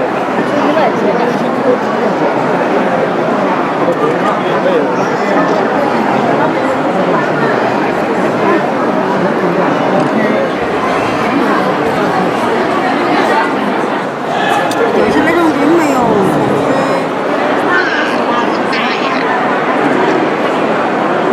好大一块啊！对。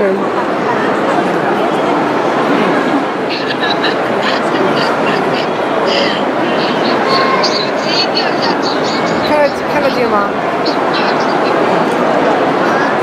看得见吗？哇塞，好了！哇塞，你妈呀！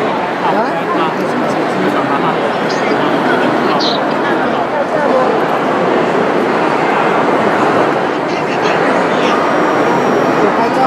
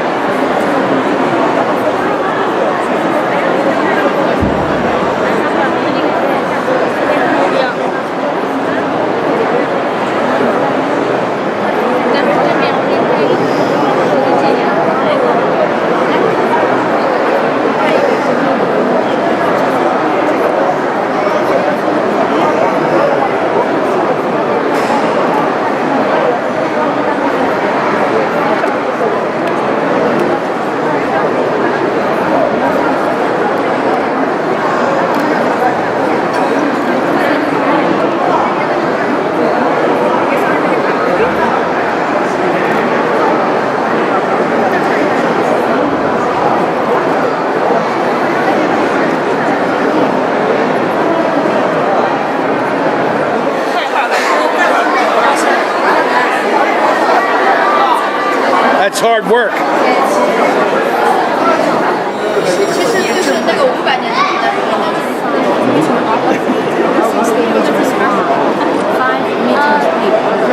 那么我们看到的这个1号之前它是搭了一个有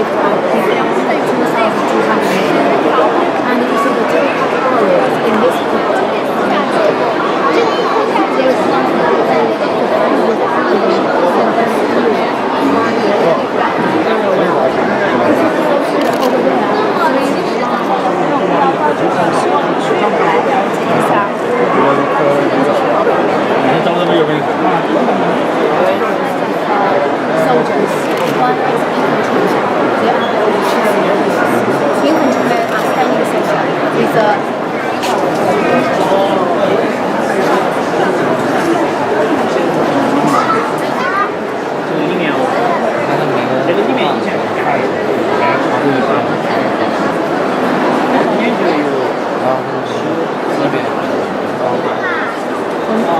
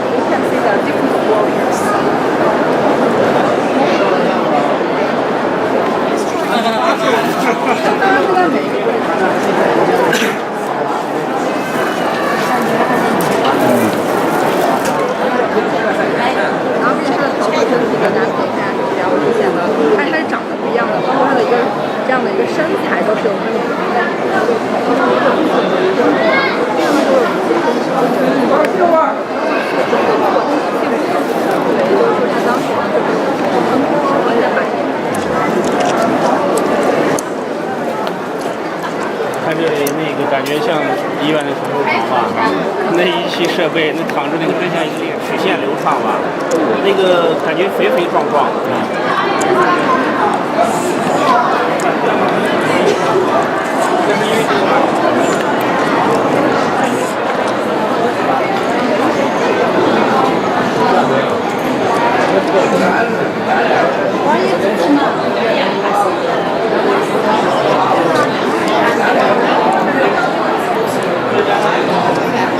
This way, we're gonna buck the pattern.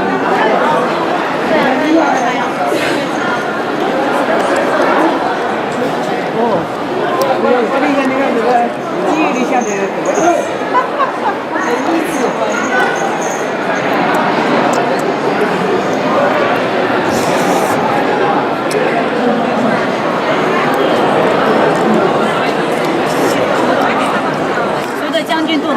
This fella is lying down because they found on the back of his leg, his calf, the name of the master rebuilder?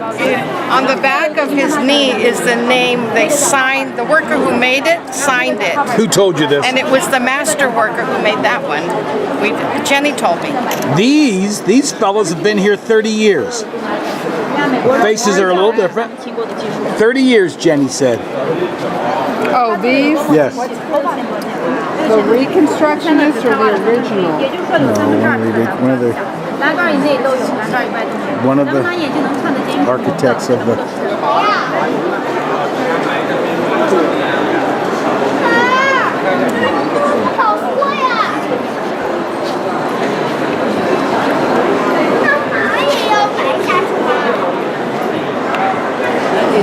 In progress, I believe.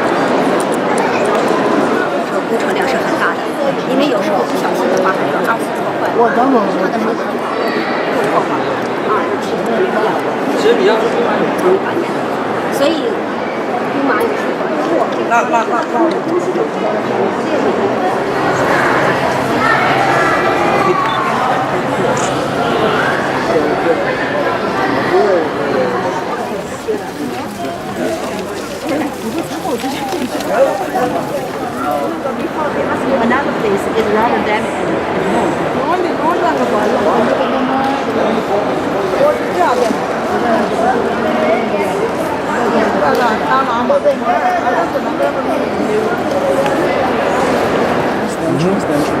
To go on there. Yeah. After they were moved inside, placed inside, and the entrances were all sealed up.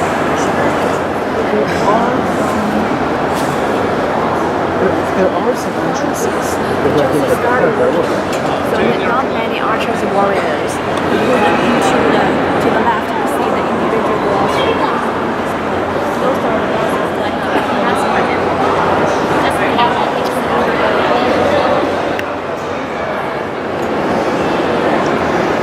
Think about it.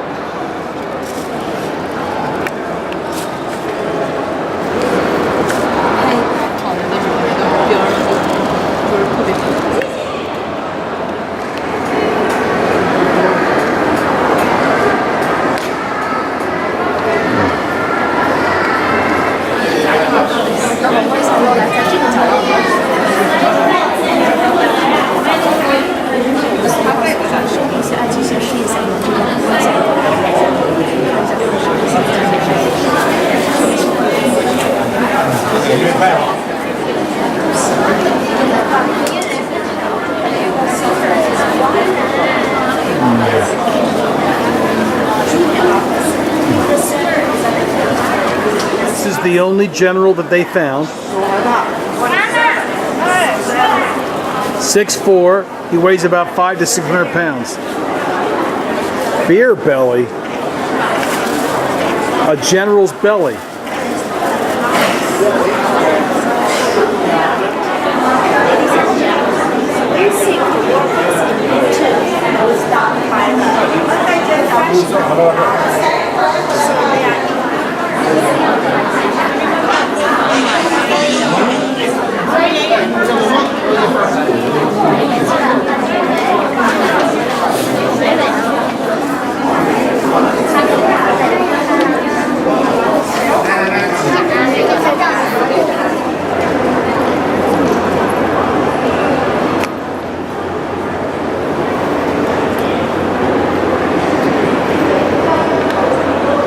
The old thatch roof.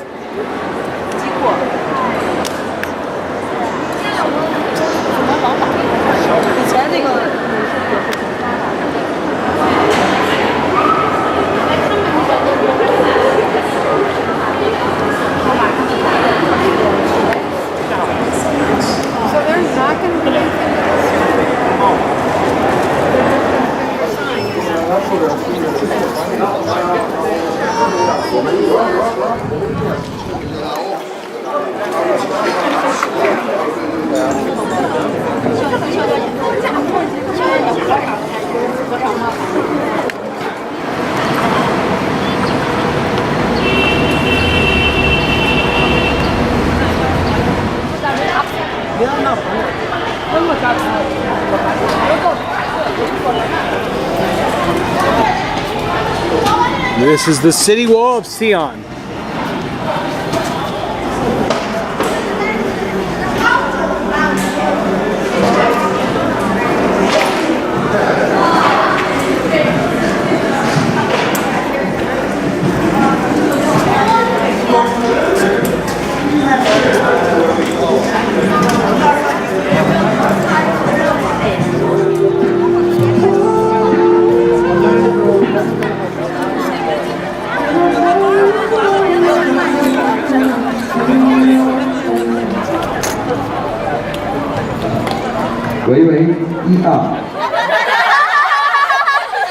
What did she say? What did she say? I want you guys to go, "Hi America, hi America." 1, 2, 3.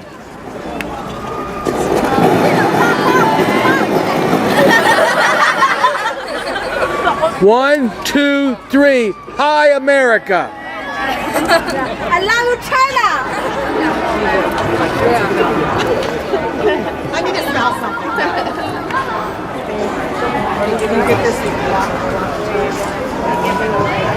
Rex Waller and his wife Barbara, they are leaving the group and they were going up.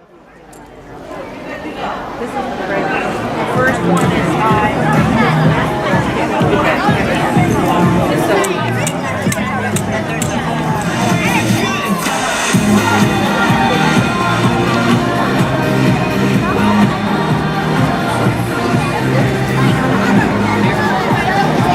When the wall was built, there were only 4 gates, one in each direction. In 1920s, there are 4 openings opened, and now there are altogether 14 openings. And the Eastern City Gate have the arrow tower over there, and also have the watchtower, which was built on the main wall. And please look at the animal over there, over the lantern. What's the animal? Dragon, right, dragon. Blue dragon is a symbol of the East. Always remember that. Whenever you visit a palace in China, just look at the animals on the gate. So what's the meaning of the tiger? West? Yes, west. And the scarlet bird? South. And the turtle and the snake? Good. Yellow is a symbol of the center. And the wall was built by the first emperor of the Ming. He had his Ming Dynasty founded in Nanjing at the beginning, not in Beijing. After 2 emperors, it was moved to Beijing. Yeah. So there was also a city wall in Beijing. There used to be a city wall there is still a city wall in Nanking. There used to be a city wall in Beijing, but in 1950s, it has been demolished. And a few years ago, I read a magazine. They said our president, Xi, his father was the leader in this area as soon as Mao came to power. His father was from this province. His father did his best to protect this city wall. Yeah, so it's one of the best preserved city wall in China. Altogether, how long? Nearly 14 kilometers. Yeah. It's a whole circle. When it was first built, just the solid clay. 200 years after it was built, it was covered with the bricks. And as I told you, in 1970s, some of my classmates, their home in the cave in the wall. But from 1982, and all those people whose family in the cave had been relocated. Yes. In the wall. How many people lived in the cave? Oh, it's a lot of families. It's not 150? No. It's a family about less than 8 people. One family. One family. Were they hiding or? No, because they didn't have the money to buy a house, and they just make a cave or buy the cave. It's much cheaper. In America, they live under bridges. And the bridges. Under bridges. But those people are not homeless. And even when the president in 1998, Bill Clinton was here, and I remember I worked for the bodyguard of Bill Clinton, and after that, and I went to visit my mother's parents. They live in the countryside, and 400 kilometers away from here.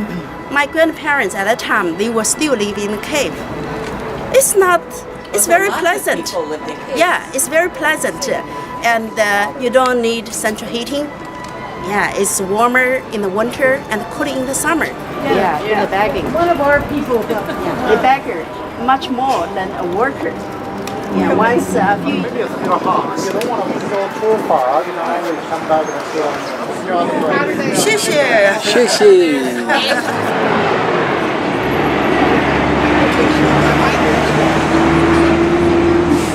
The old city wall.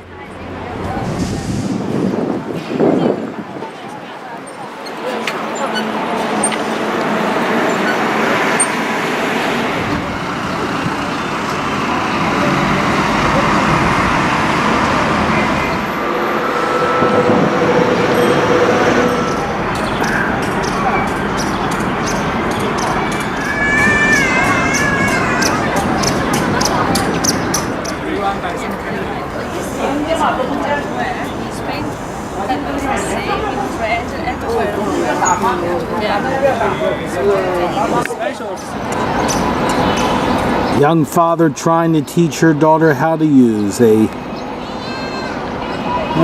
mini scooters, you know.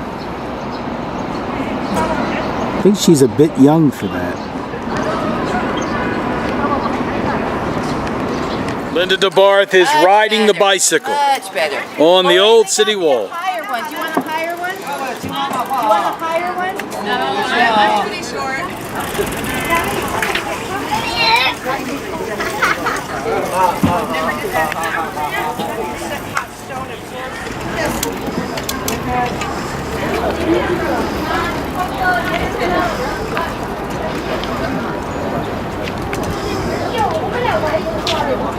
Hi, welcome to Xi'an. We're on the top of the city wall. This is the best preserved city wall in China. It was built 600 years ago when President Nixon was going to visit China. I studied in the primary school at the foot of the Eastern City Gate. At that time, I was only maybe less than 10, too young. And we didn't know what's really going to happen. We thought Nixon was the enemy of ours because of the propaganda. Yeah, but later our headmaster tried his best in the winter, and we were standing outside for almost 2 hours, and he tried to tell us why we shouldn't do that, to shoot him. Would you talk about growing up in China and how you had an impression or a thought about what Americans were like, but as you grew up and you met Americans, you realized that what you believed as a young person about us is not quite true, not quite accurate. That's true.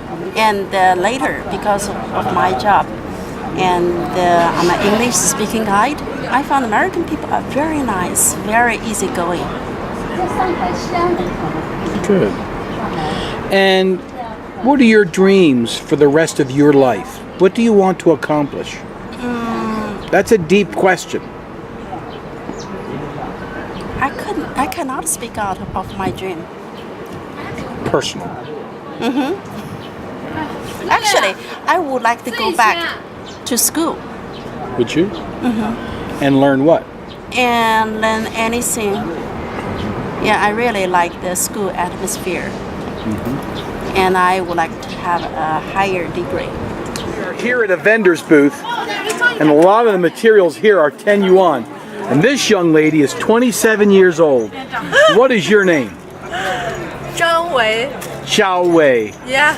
And you're doing a very good job today. Is this your boss? Is this your boss? Boss is home. Boss is at home. Look at this woman. What is your name? My name? Yes. Jackie. Jackie, you're a very nice. Boy's name. That's okay. That's okay. And over here we have some other parts of the staff. Look at the materials. This is up top the old city wall. I find it fascinating that you come to China and the American music follows you here. I've heard music like this all over. The foot race is wrapping up. I've just been asked to have a picture taken with this couple, this young man. This happens all the time here in China. It's happening here, but there's a makeup artist on the scene, and there is a man fixing him. And this is a very special time here at the Old City Wall. My name is Paul Davis. We're reporting live from Xi'an. And these are very special people. Hi. Hi. Wait. We're leaving the Old City Wall. And I'm tired. I'm tired, but it's a good kind of tired.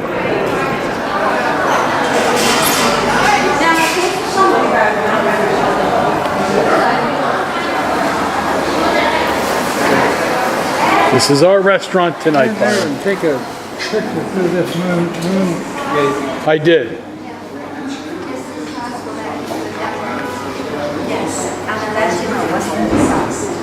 So, ladies and gentlemen, tonight you're going to enjoy a dumpling banquet.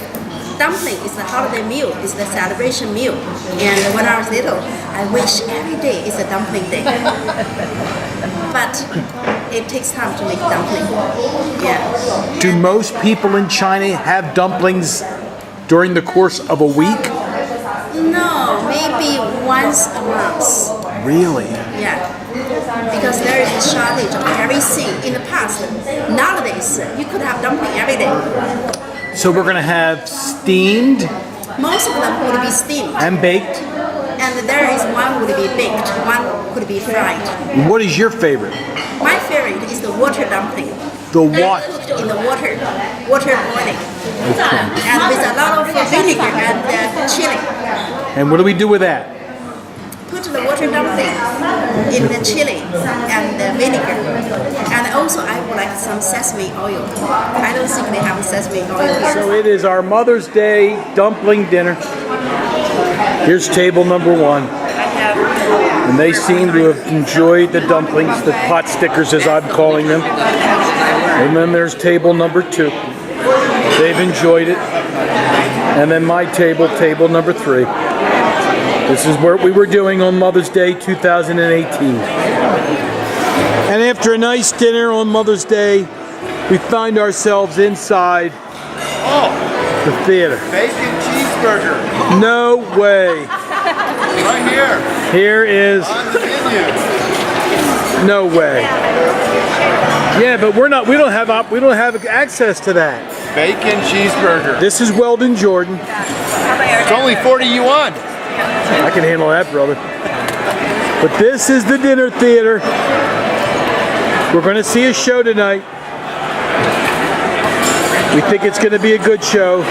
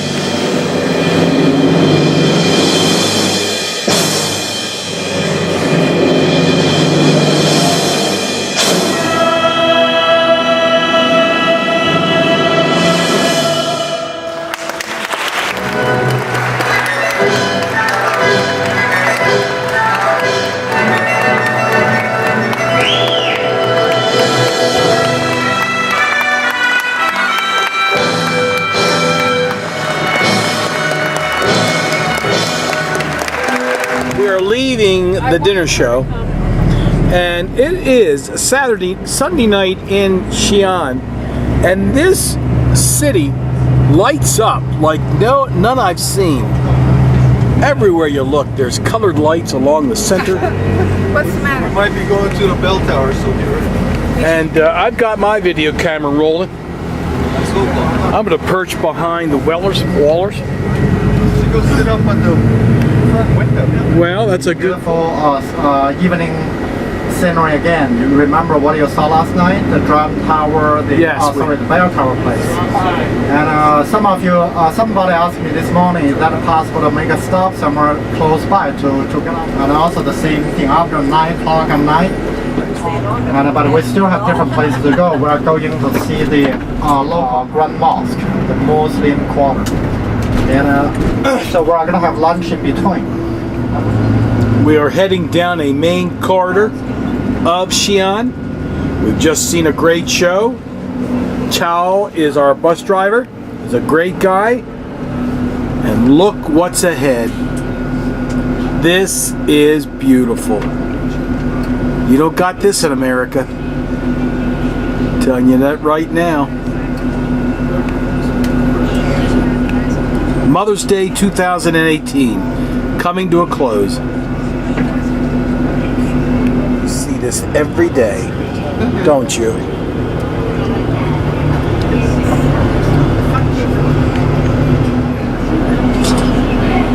There's a show. Where?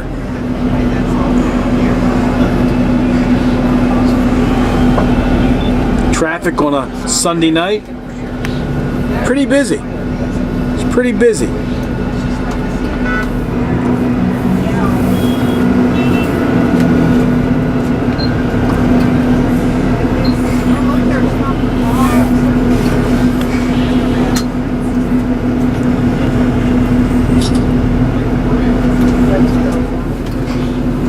People got dressed and like what you saw in the theater should be something related to Tang Dynasty.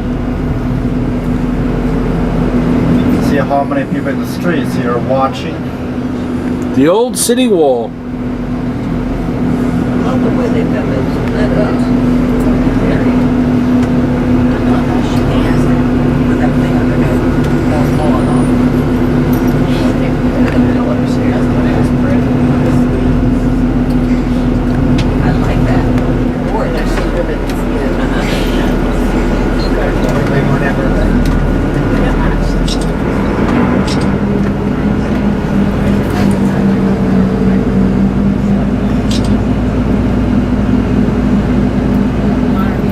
That's beautiful.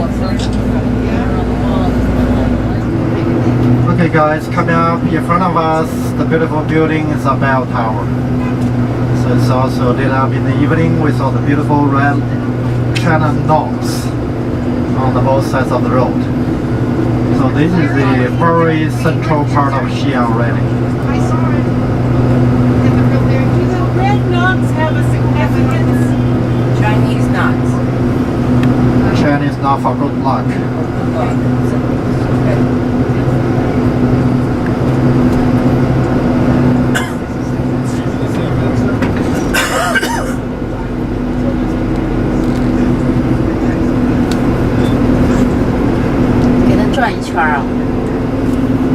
He's doing great.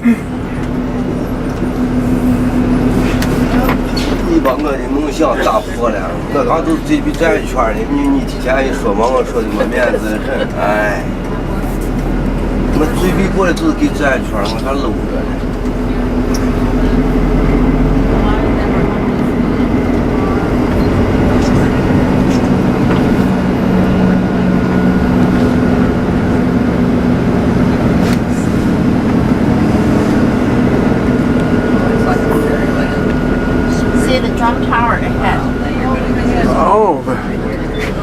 Well, there's so many things to see. The driver actually is going around the whole circle for you guys to see things, and now to your right hand side you see another big building, that's a drum tower. Tomorrow we are going to the Grand Mosque. Actually it's very close to the drum tower, just on the other side of the tower. Look at this clock over here. Where? To the right. Oh yeah, look at that. Yeah. What the heck? Couple right there.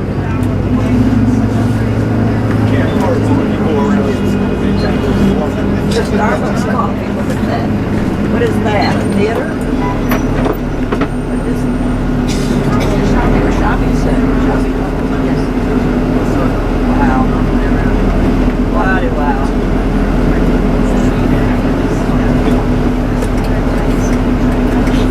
Shishay.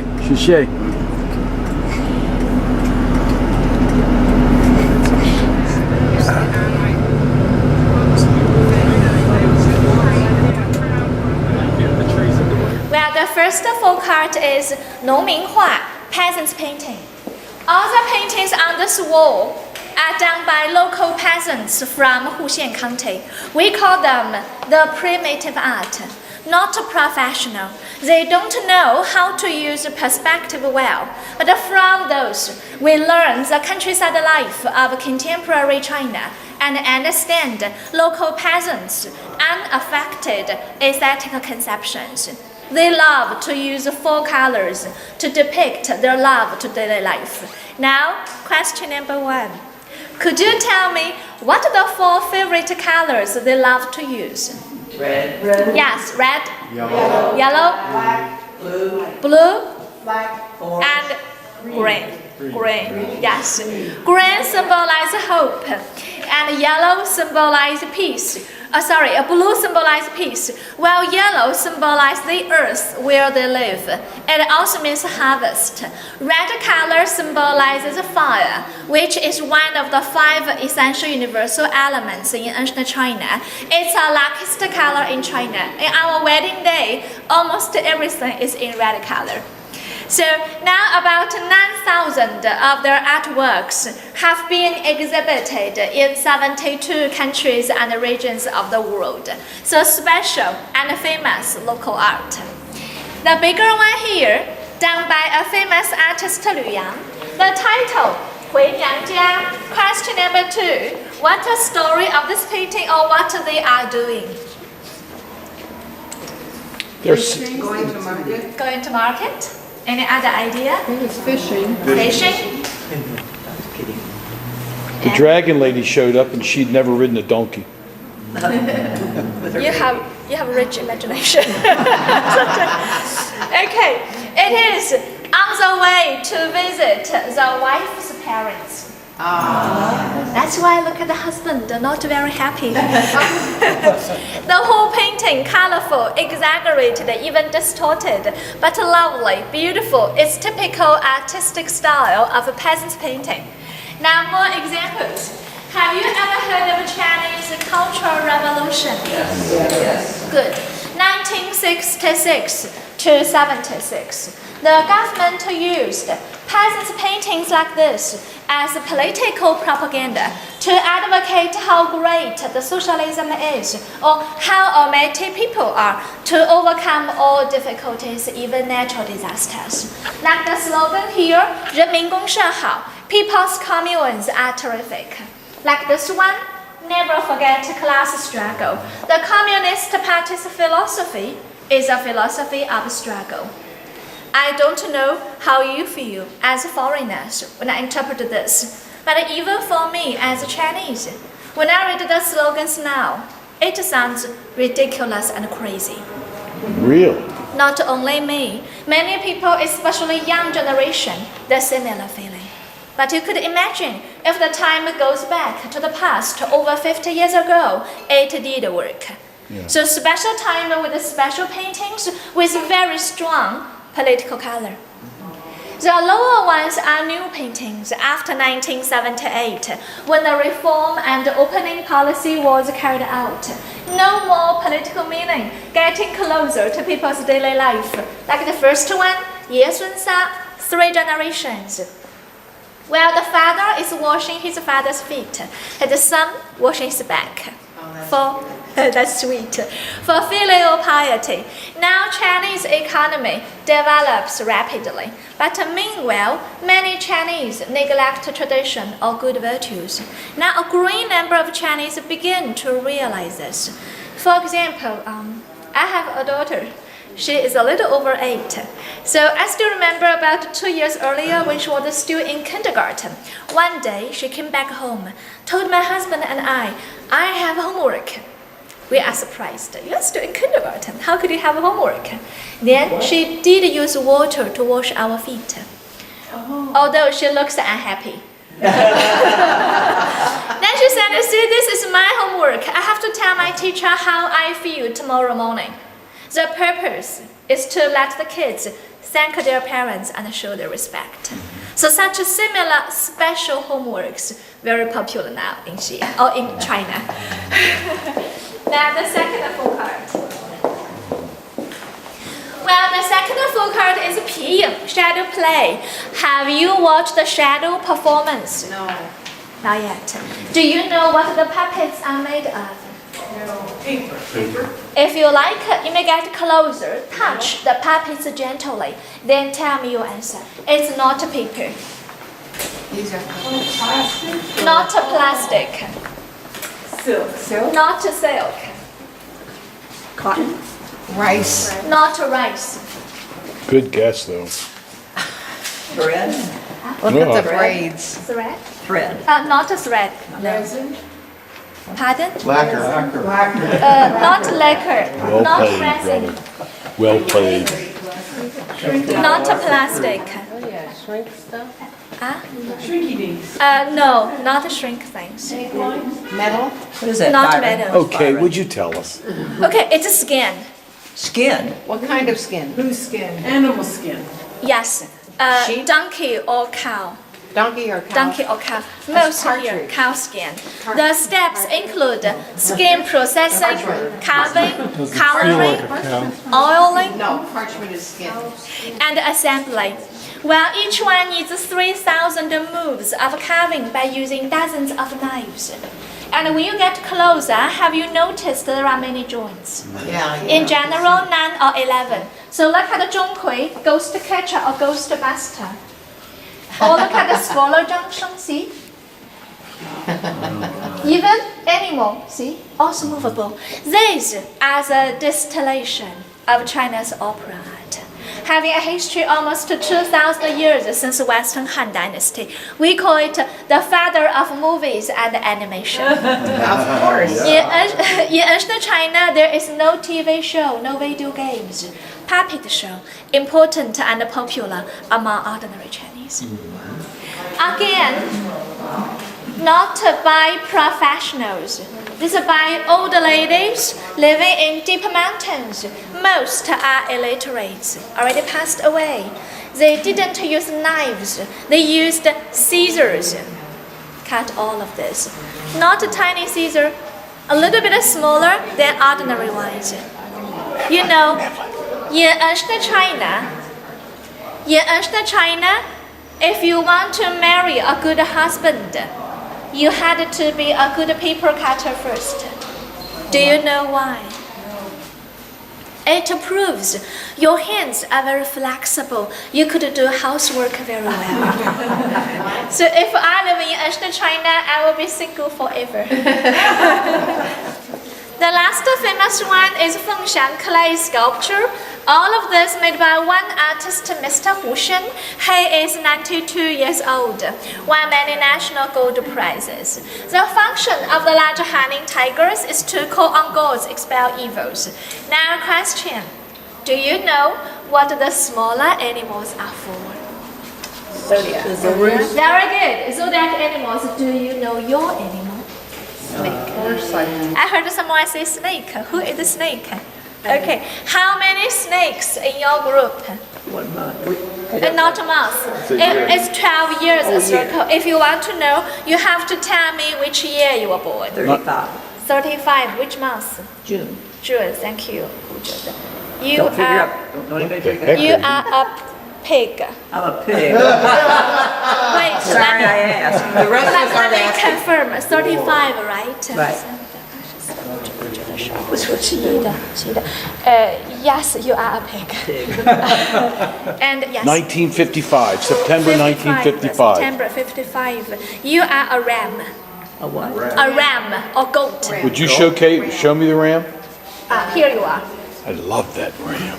Okay, so for examples, yes? Yes. That's what I am too, bro. Which month? December. December. 43. She's doing her math in her You room. are a ram as well. We're brother sister. And so is our main man here. Okay, for example, snake. Weldon. Snake means a small dragon. So you are knowledgeable, loving art, having good taste. But when you make a decision, hesitate and change mind easily. And let me see. Pig, right? Last one. How many pigs in your group? Don't go there. Okay, last one. It sounds bad, but you are the luckiest one among all zodiac. Very lucky, many opportunities, reliable, good personalities, but very, very stubborn. You got them pegged right. Rooster? Are you a rooster? Yes. Okay, here. Last year is your year. How many roosters? What? I don't know.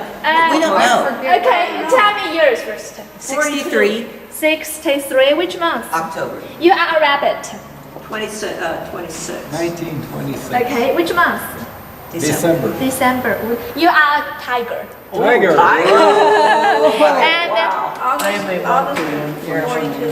okay, thank you. You are a horse. Yes. How about 12 of 54? 54, thank you. You are a horse as well. Yes. Anyone else? Monkey. Okay. We're dogs. So it's July Dogs. of 45, a rooster? 45 rooster. Okay, rooster. You are the only one here. January 39. 39. You're the same year as my mom. You are the beginning or end of January? End. So you should be a rabbit. My mom is a rabbit as well. Same year. So for example, rooster. Rooster means beautiful, lucky, wise, energetic, but sometimes arrogant. Okay. She said it. You always have a butt. I know. Yes. What's your animal? Well, a rat. I mean, a pig rather. Pig one. Okay. What about the ram? Ram. Okay. For example, ram. How many rams? I'm a ram. Okay. Ram means ambitious, successful, very strong will, and always keep going. But do you want to know your butt? Yes. Playboy. And playgirl. Into a new world painting history. Chinese painting is one of the oldest continuous artistic traditions in the world. Prehistoric men paint animals on rocks to catch their spirit in order to hunt them easily. Entering the Neolithic age, man turned from fishing and hunting to animal husbandry and farming. So those early rock paintings reflect this economic revolution. At the end of Neolithic age, man began to paint very abstract designs like spirals or zigzags on pottery vessels or the surface of houses. Well, almost 4,000 years ago, Chinese ancestors, especially no kings at that time. It should be tribal leaders. So Chinese tribal leaders divined many things. If the sacrifices are enough to the god, if it's fine taking military action, fighting against the enemy tribes, they divined and decided how to do by burning oracle bones and telling the natural cracks. Then the nature of cracks let the prophets make forecast. The clerks engraved the cracks on oracle bones and filled the strokes with red color. So these are the earliest Chinese characters. We call them oracle bone inscription. Simple but beautiful. Later, we will paint some. So this is like 4,000 years old? Almost 4,000 years ago.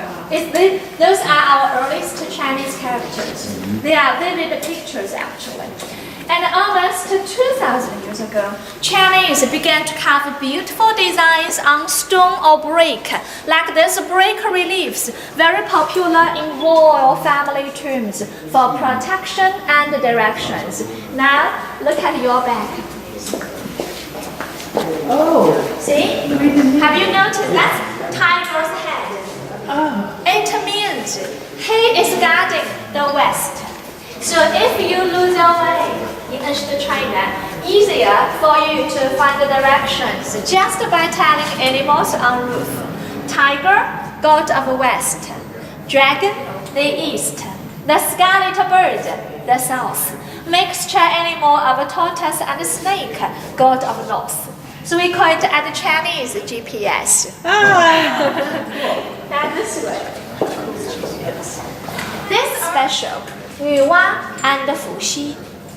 Fuxi is Yuwa's husband and her brother. It sounds weird, but we believe they are ultimate Chinese ancestor because it is good to keep the royal blood pure. Although now we know it's not healthy. On Fuxi's left hand, he holds a ruler. On Yuwa's right hand, she holds a compass. In ancient China, we believe 天圆地方. It means the sky should be round like the compass, while the earth should be square like this ruler. So they symbolize the sky and the earth, the whole universe. Have you ever seen ancient Chinese coins? No. Ancient Chinese money. Most coins outside the circle with a square in the middle. Yeah. Okay, so now you know the meaning. It symbolizes the sky earth, universal harmony. It symbolizes yin and yang balance. It also reflects our life philosophy. When you do something or communicate with other people, you should be like the coins, flexible, like the outside circle. But in your heart, in your soul, you should have your principle, like the square in the middle. Now we enter into the golden age of Chinese civilization, Tang Dynasty, 618 AD to 907 AD, only lasting for 289 years. In total, 27 emperors, including only one female emperor in Chinese history. The amazing thing is, almost every Tang emperor is understanding. So under Tang rulers, China became the most powerful country in the world. Paintings developed greatly, both on skills and subjects. Here are frescoes, not by famous court painters, by anonymous tomb decorators. But look at them, so beautiful, having high techniques as well, and more importantly, reflecting the social life. For example, from this middle one, we learn what Tang ladies' hairstyle, dresses should be. We learn Tang women are on natural feet. They don't bind feet. Do you know foot binding? Yes. Do you know what the perfect shape should be? Lotus. There is a beautiful name, 3-inch golden lotus. When a girl, just about 5 or 6, a little girl, she was forced by her parents to bend her feet. It said the perfect one should be, suppose it's a foot, an egg should be put here, your foot should be curved like this. And the bones here have to be broken first. The worst thing is, then use a long and white clothing, wrap it layer by layer together with porcelain chips and force you to walk. See, of course, blood, infection, even death. My grandma also bound her feet, small. She couldn't like us walk naturally, slowly. She has to walk very fast like this. Why? Why walking so fast? No balance. Very good. Easier to keep balance. Ugly, painful, but if you didn't bind your feet, you couldn't have a dignified marriage, especially among rich and royal families. So this ugly custom lasted almost 1,000 years. So I'm happy I live in modern China. Yes. We are too. I'm happy you are not Chinese. Well, When you appreciate Chinese paintings, maybe you are confused. Why there are so many characters, so many red things on one painting? This is about 800 years ago, Northern Song Dynasty.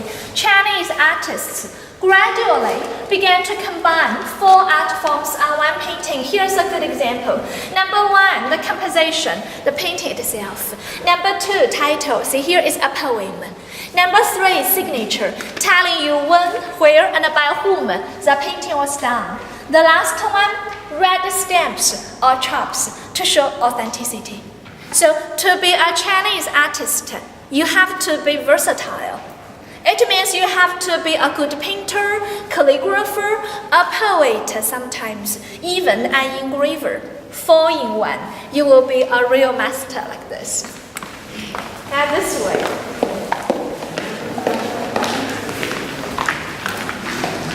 Then let's focus on this one.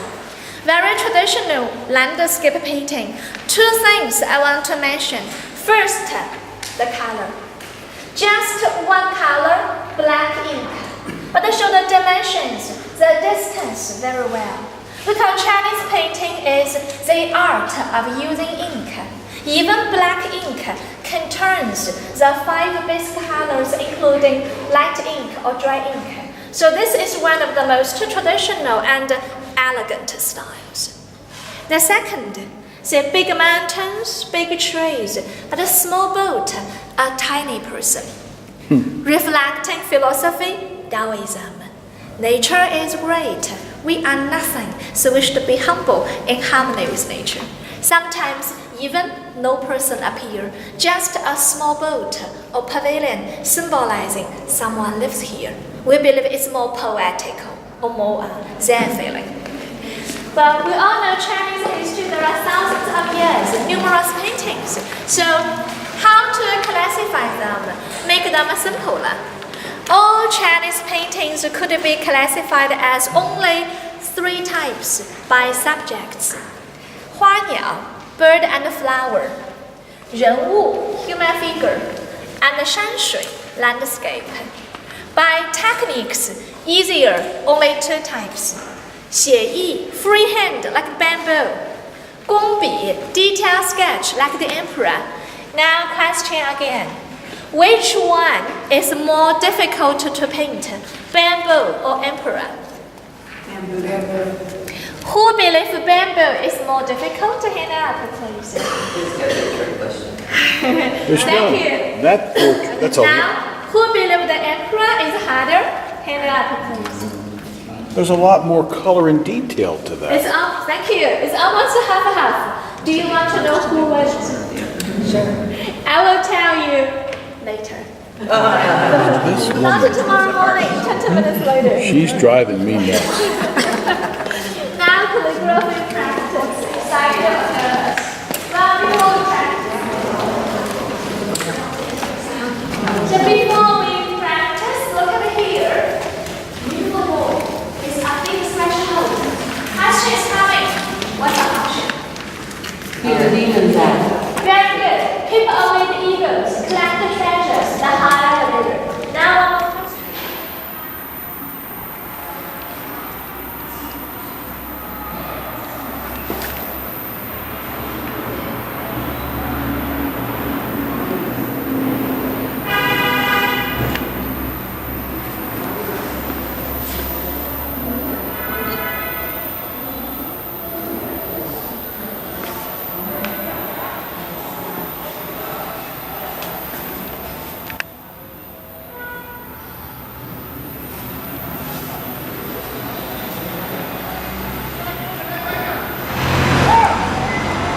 It's Monday, and this is our day for at least starting out calligraphy, a museum. I'm really enjoying it so far. We have gone inside. I've come outside to get some visuals. Busy day, Monday, the day after Mother's Day, China, 2018. Here's our bus driver. That is Tao. Hi, Tao. Hello.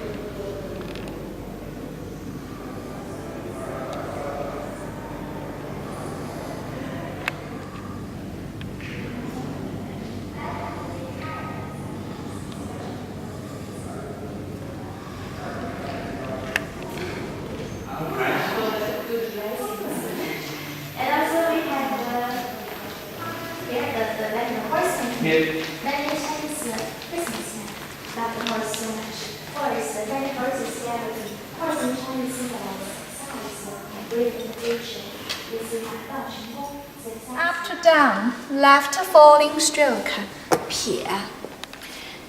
By the way, if there's no space on your paper, let me know. I will give you a new piece. And, okay. So, next one. We can see. Next one. Right falling stroke.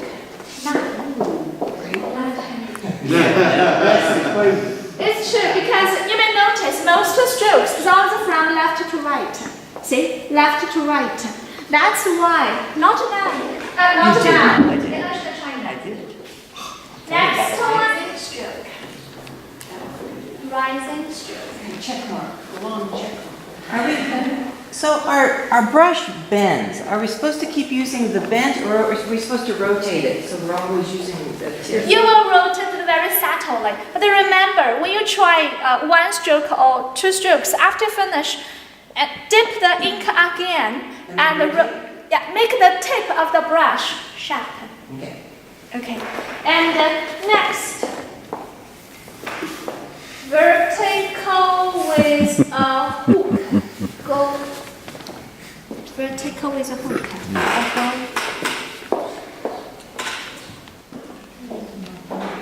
If you need a paper, So this are Chinese alphabet. Chinese ABCD. See? The pronunciation, 永, meaning forever, for eternity. Question comes, why is it now? Let's do it. A dot, horizontal twist, vertical with Wild Goose Pagoda. This is the Buddhist monk who started it all. This is the courtyard leading up to the Wild Goose Pagoda. There it is in the distance, the Wild Goose Pagoda.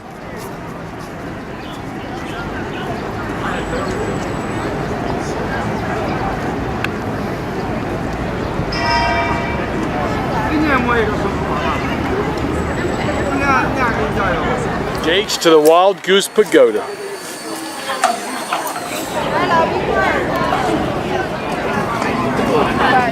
So the group's been together almost a full week. A couple of hours, we'll be together a full week. We're still speaking. And you can tell, we're still speaking. Still having fun. A lot can happen between now and next Sunday, Monday, but for now, and there's Rex Waller, who's still asking himself, why did I come on this trip? There's his beloved wife, Barbara. There's Evelyn. She has bought some of the local clothing and worn it today. She does look lovely. 30 years ago.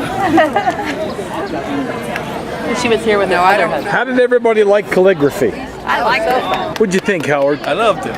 Good, I could tell. Loved it. It's awesome. Awesome. Okay. Thumbs up. And Barbara, what'd you think of the calligraphy?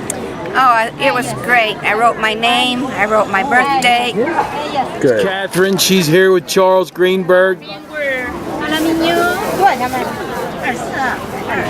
You got one? Well, because of the helicopter contact here,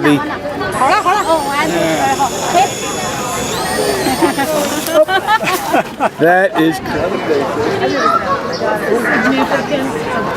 Okay. You get one like this where you hold up the pagoda. Whenever you go to a Buddhist temple in China, in the front garden, there are always two towers. One with a bell, the other one with a drum. The bell would be sounded in the morning and the drum would be sounded in the evening. And also, when they have a ceremony, they will sound the bell and the drum together.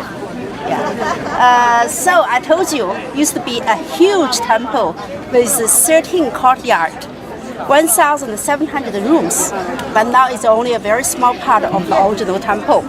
Yeah, Goodwill Temple. The third emperor of the Tang had this temple built in memory of his mother. His mother passed away when he was only 8, so it was given the name Goodwill Temple.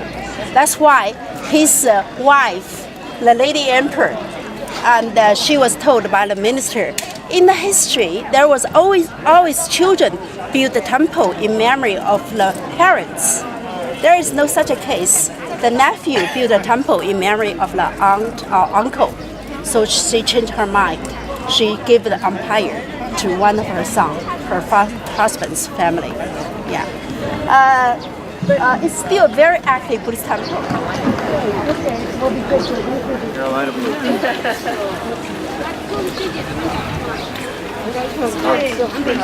I know.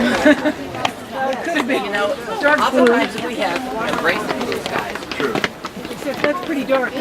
Was very new, and they bought the wood from South Africa. They do the carving here on the spot and also lacquer coat it. And look at the big, huge bronze Buddha, and it had been gilded. What's the word? Gilded. Gilded. Yeah, with the real gold. Yeah. Is that real gold? Yes. It's the real gold. As I told you, and more Chinese people, they tend to the religion. Most of the time, they prefer Buddhism. And also our government.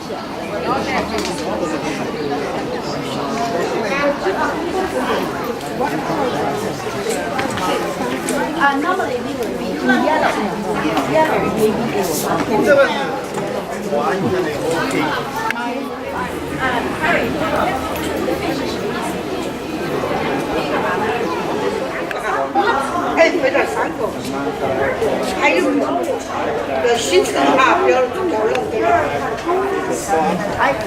上面有。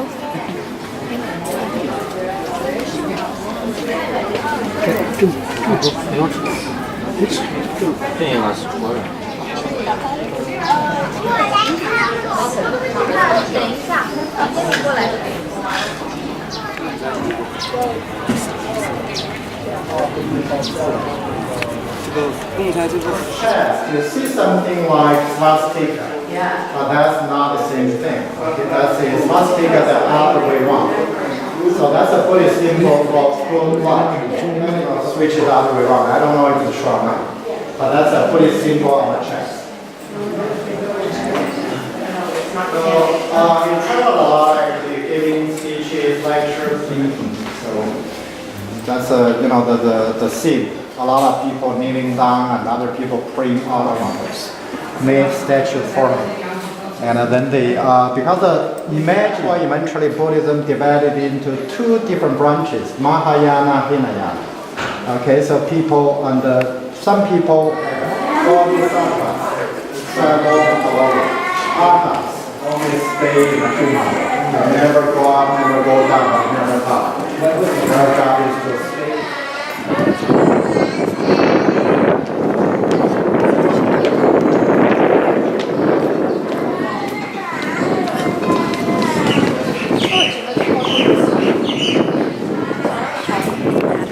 You should study.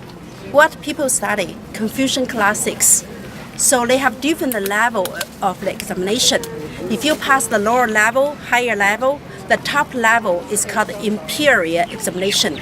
For those successful candidates who pass the imperial examination, their names would be carved on the stone tablets at the foot of the pagoda. And also they will go all the way to the top of the pagoda to study, indicate their beautiful future. Entire life? Yes. And change a lot of my, what I believe now is different from what I was told. But one thing, and yesterday was Mother's Day, and beautiful. There we go.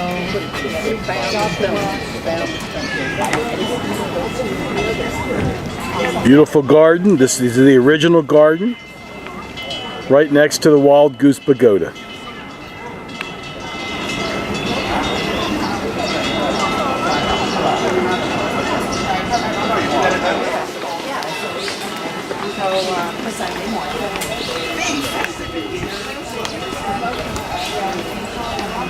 By the way, you won't get your passports back today. Because the porters need your passport for the luggage check-in. Okay, so tomorrow, by the time when we get to the airport, you get a boarding pass, you get your passports back. And then This is the Muslim quarter. It is Monday night. We had a couple of hours to ourselves, and now we're walking along the Muslim quarter. It's very interesting. Just what you thought. I read about this. Lots of vendors selling things. Oh yes. Very interesting. Linda DeBarth, who is invigorated. She's invigorated. Tell us what happened. So I went to this beauty parlor and got a shampoo massage. Took an hour. She massaged my head and my arms and my shoulder and my neck and shampooed and shampooed and shampooed, and it was lovely. Is that what it is? This is the Muslim quarter.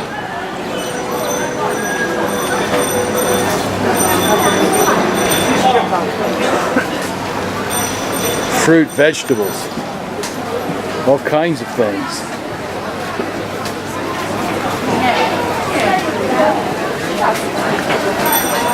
Did you read about it or did Brad tell you about it? Pretty cool. the red one is the Chinese dates. The big one. Chinese dates are red. Hey, Evan, look at the lady cracking the nuts over here.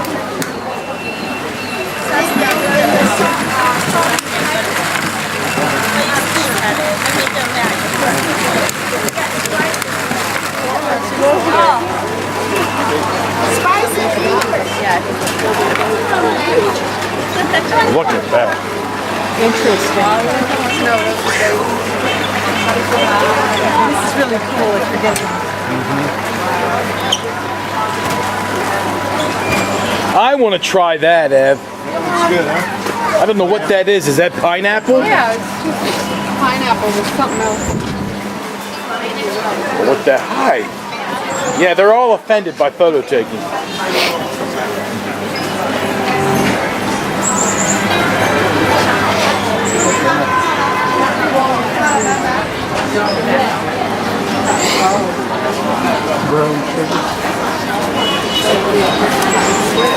Look at this. This is my kind of town.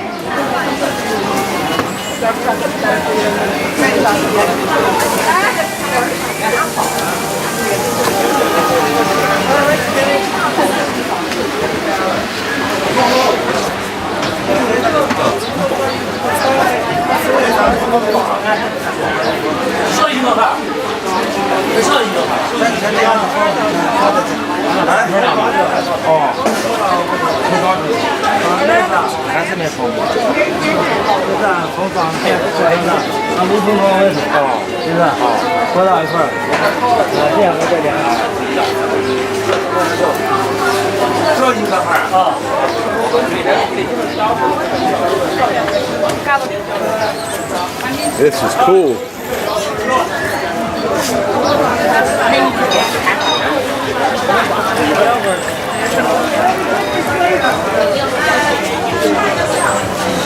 Excuse me,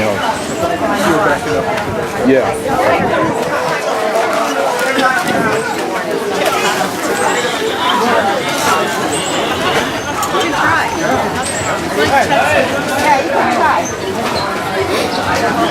Look at him pulling that.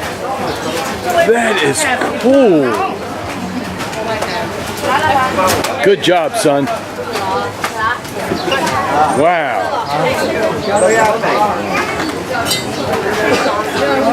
That's amazing. Oh, baby.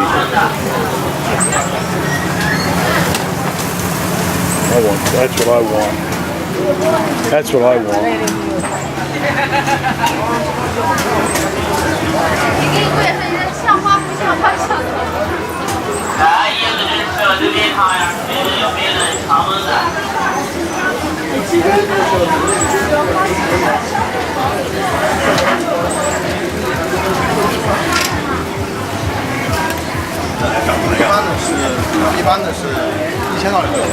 Hello.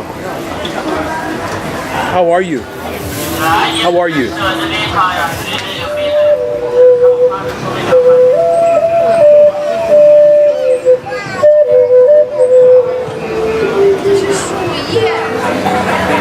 Got everybody?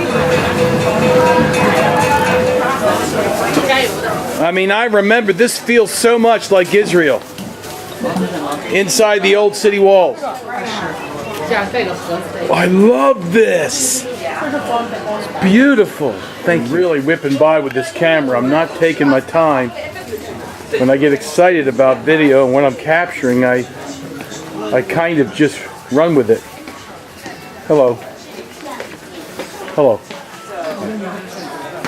This is cool. So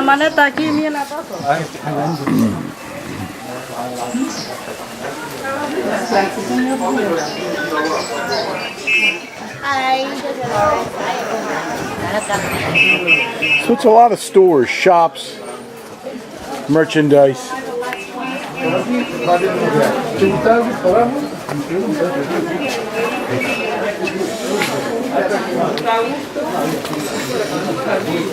And just people trying to earn a living. That's all it is. People trying to earn a living. Not different from a lot of people around the world. There's a calligraphy set that I want to get for Sean. This is it. This is it. The Great Mosque. Looks kind of cool. You must have used watercolor paint on it. Hello means memorial arch or decoration gate. It's a copy from Confucius Temple. How old is this pillow? Guess. 2,000 years old? No. 900 years. 960 years old. Yeah, from the Song Dynasty. And later, if you're standing over there, look at them, very beautiful. Green trees, beautiful turquoise, and the blue and the pink. Yeah, very peaceful, harmony. You know what kind of tree this is? A magnolia tree. Oh, there's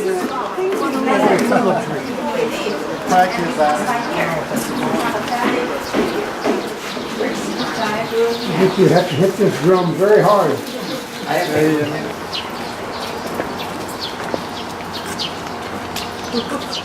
was thinking, oh my gosh, it really is amazing. In the summer, the children come here to learn Arabic. And we have about 100,000 Muslims in this city, but all over China. Over there, this mosque is only for men. Yeah, and that's the place before they practice. They wash their face, hands, and feet. So actually, 10 after 5 is one of the prayer time, one of the 5 prayer times.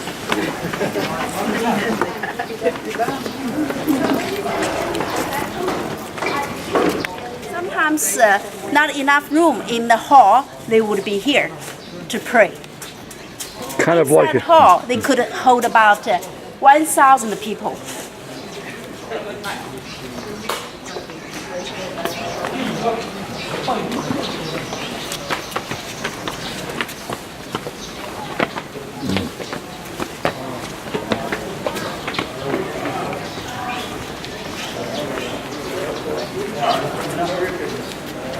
So it's sort of an overflow area.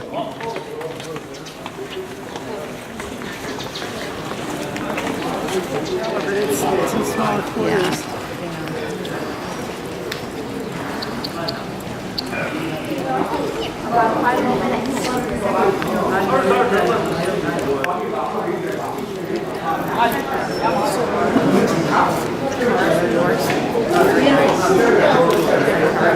This car has been renovated in the late 1980s.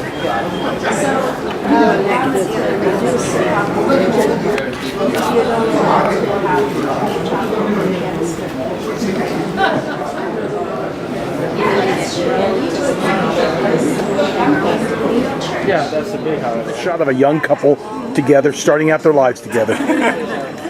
They're from Greece and South America, Mexico.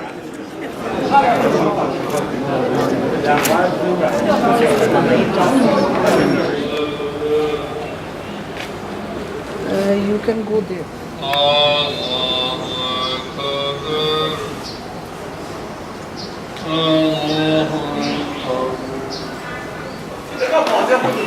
They're done.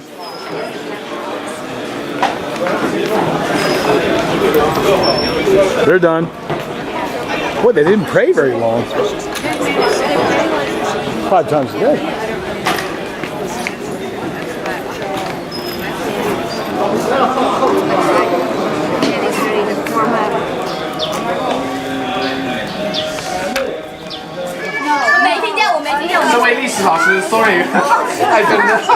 Students with their teacher here.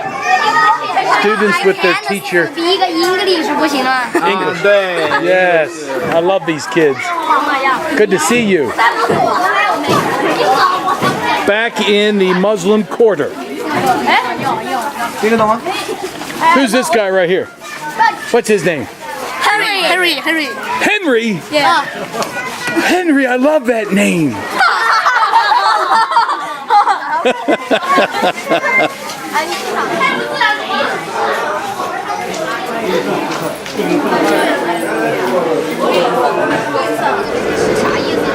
We've just left the French Quarter. I'm sorry.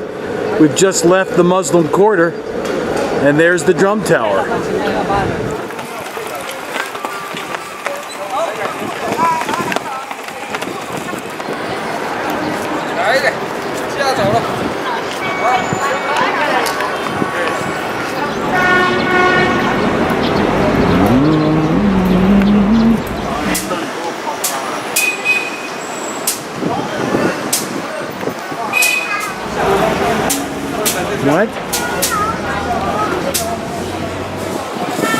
I believe we've left the Muslim quarter, but we're probably still on the fringe of it. A lot of businesses and entrepreneurs on this street, business owners.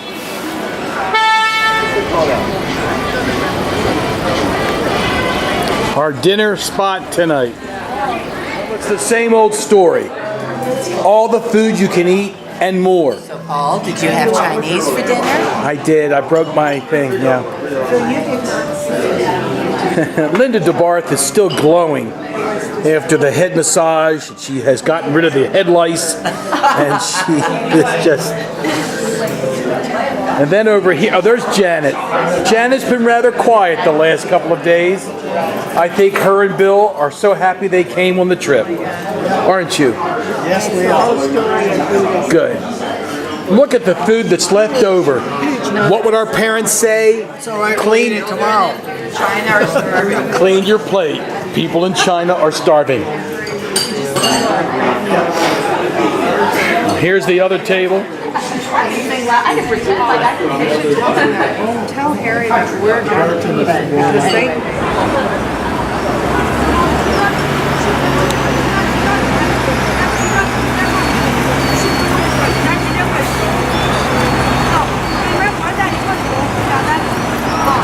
That's really quite nice with her.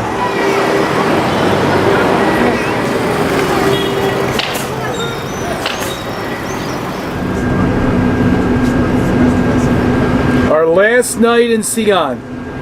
We've enjoyed it. It's a beautiful, beautiful city. And over there. Okay, the drum tower's coming up right.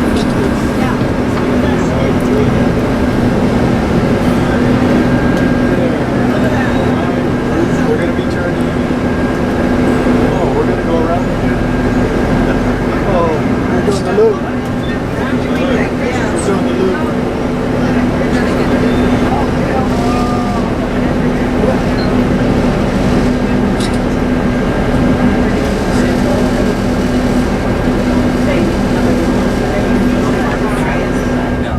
It is now Tuesday, week number 2. We are embarking from Xi'an to Guilin. This is the airport in Xi'an. It's been a got really smashed, didn't it? I sat on it. This is a very special facility I hope here. they have toilet paper in this. You can see very modern, and the bus prepares to disembark. The airport in Xi'an. We've just said goodbye to Jenny, and Tal, our bus driver. Tal incurred 4 traffic tickets on this trip and never spoke about it. Smart Tours will reimburse him. We hope. Xi'an Airport. Xi'an Airport. Beautiful facility. Beautiful facility.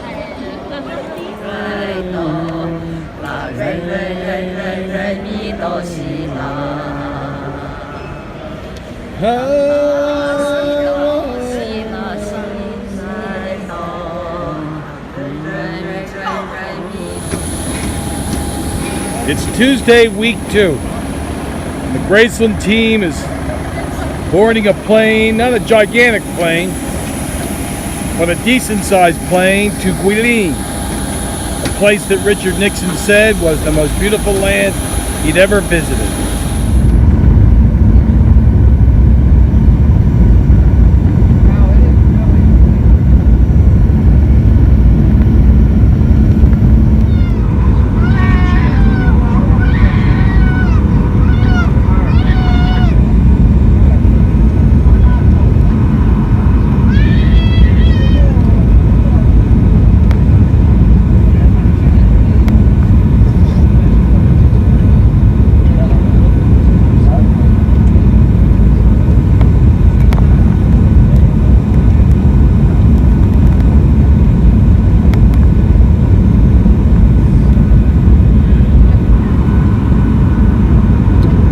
to the big cities such as Beijing, Xi'an, and Shanghai, it's like a small town here because the population here is under 1 million.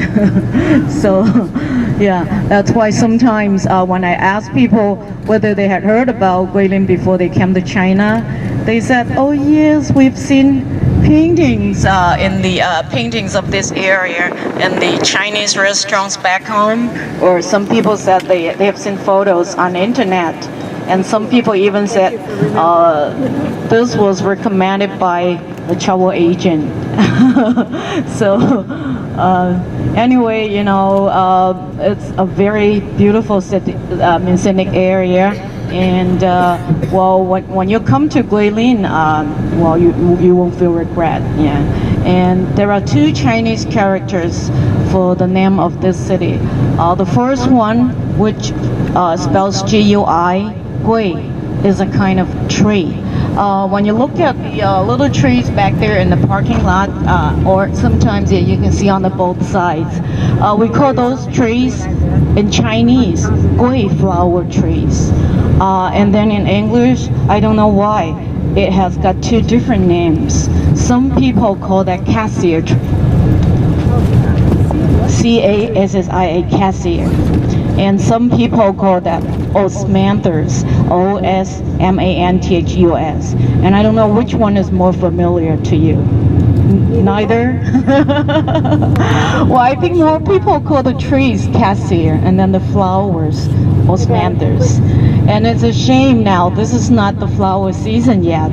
The flower season is quite different from most of the flowers, that it's not in the springtime, but in the fall. So if you came to Guilin from mid-September to mid-October, it should be the flower season. Then you would see those tiny yellow flowers. Well, it's quite tiny. It's you know, it's even smaller than your fingernail. Very tiny, but very fragrant. Local people like to make perfume, tea, cake, and also wine out of the flowers. Yes, so well, maybe we can enjoy the local osmanthus products when we get to Yangshuo. Sometimes in some of the some of the restaurants, when they serve a meal to you, they also serve you with the local osmanthus tea. We'll see sometimes it's different kinds of tea. Sometimes they may serve you flower tea or green tea. Yeah. If we are lucky, maybe they'll serve us the local osmanthus tea. Actually, it's a kind of green tea. They mix the green tea leaves with dry osmanthus flowers. Then when you drink the tea, you get the flavor from the flowers. So we call that the osmanthus tea. Yeah. And the last character, Lin, L-I-N, means forest, because in downtown areas, almost everywhere you can see cassia trees. So we call Guilin the forest of cassia trees. Yeah. And so the Chinese name is Guilin. Yeah. And then this is in Mandarin. When we say Guilin, it's in Mandarin. And then in the local dialect, we call that Guilin. Guilin. Yep, okay. Actually, the pronunciation is the same, but the tones are different, guys. And then according to the Geological Survey, about 320 million years located in the subtropical zone. So the annual average temperature here is around 66 degrees Fahrenheit. And in the coldest days, in January and February, average temperature is around 48. But in the coldest days, it might get down to about 30 degrees, which is about freezing temperature. Yeah, and it seldom snows here in Guilin. Maybe in once in several years. So all the year round, we see green trees and flowers. And then we do have a long summer. Summer mostly starts from the very beginning of May, and it will last to the end of September. Sometimes it might last to mid-October. And then average temperature of 75%. That's really hot, and 4 billion people. And then about 93 to 94% out of the whole population in China are Han people. We have 55 ethnic groups living in China and self-governed. Well, we can change a little bit of the policies which were made in the by central government, and we pay a little less tax to the government, and we call this the autonomous region. Yeah, and then we have 5 autonomous regions. Tibet is one of the autonomous regions, and it's located in the very western part of the country. Then north to Tibet, we have the Xinjiang, Uighur, nearby Mongolia. We have a lot of Chinese Mongolian people whose ancestors came from Mongolia and they settled down in China, so we call them Chinese Mongolian people, and we call the autonomous region there Inner Mongolian Autonomous Region.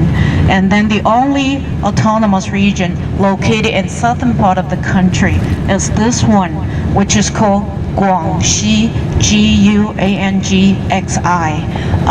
And then altogether, there are 11 ethnic groups living in this autonomous region, and they make up about one.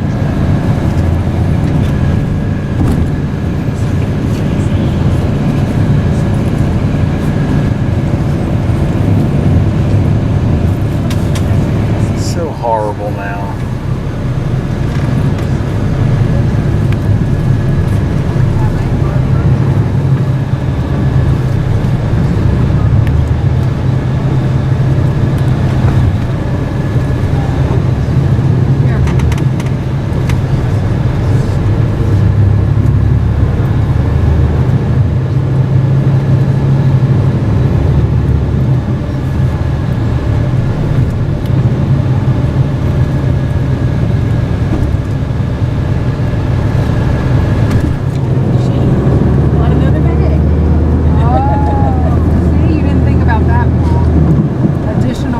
Sure I did. It's okay. Additional that people buy here.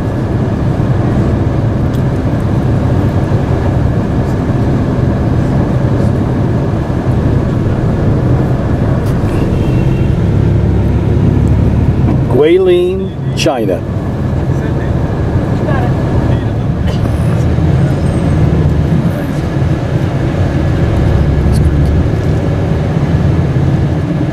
The sun's coming out.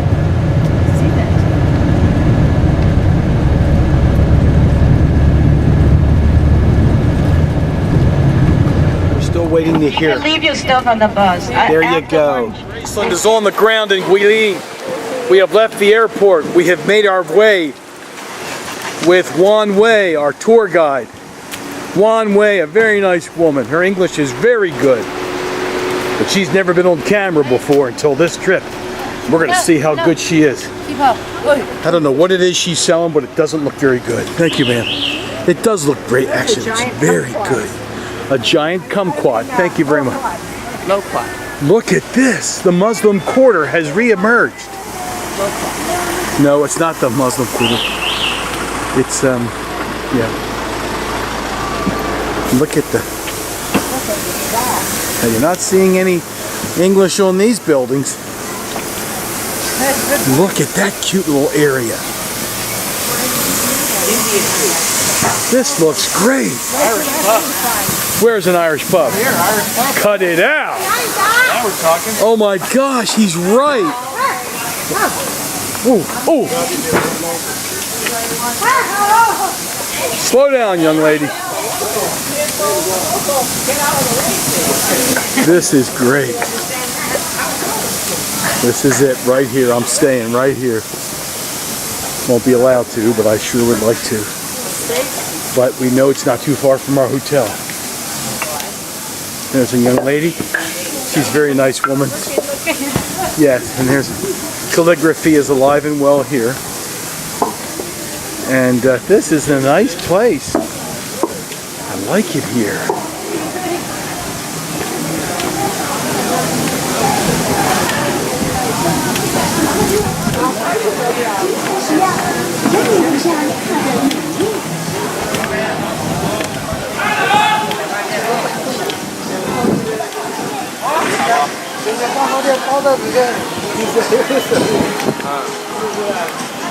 This is neat, isn't it?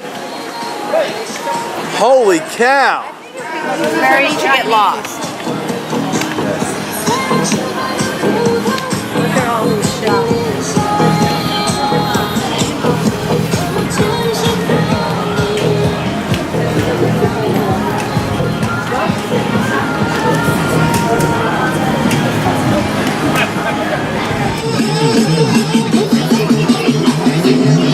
They don't look very happy.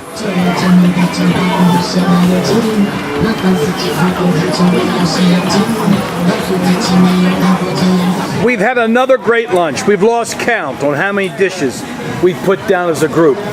It's been a lot of Chinese. We are in Guilin.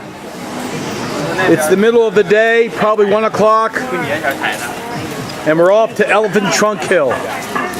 By a sword.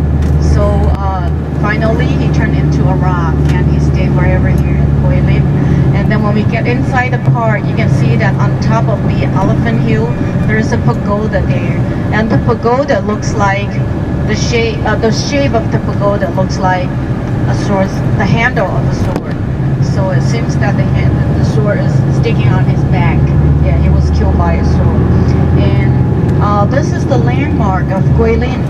Whenever you see something with a trademark of Elephant Trunk Hill, you'll know that it's made in Guilin. Yeah, so and when we get inside the park, we're gonna take some photos of the hill, and we walk around the park for like about half an hour, take some more photos, and then we come back. We go back to the bus and we drive to the hotel and check in.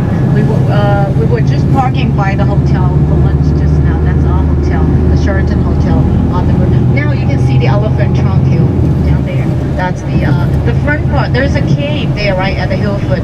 Maybe you cannot see it so clearly. And then the front part is very skinny. It looks like the trunk. So we call that the Elephant Trunk Hill.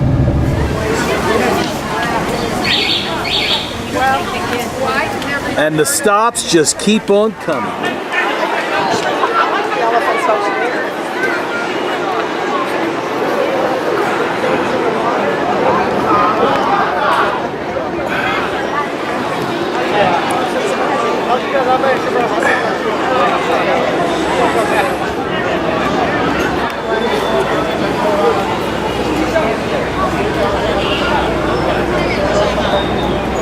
Remarkable country.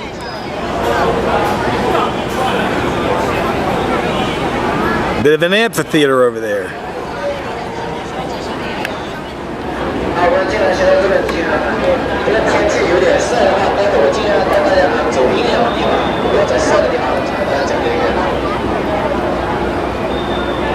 Judging by how slow they're going, it's a pretty good car.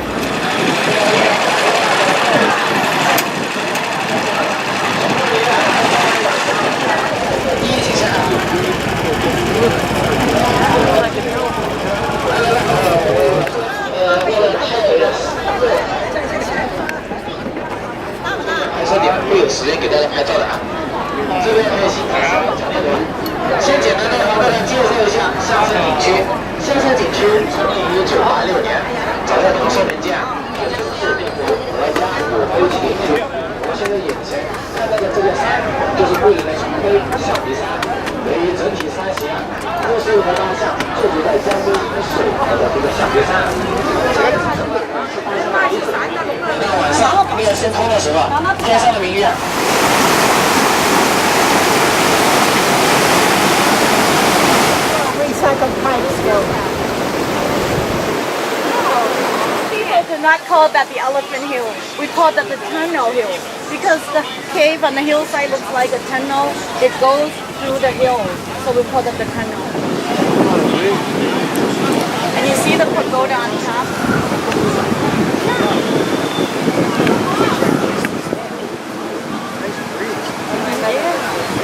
Come here in the very hot summer. Well, that's very good. That's why you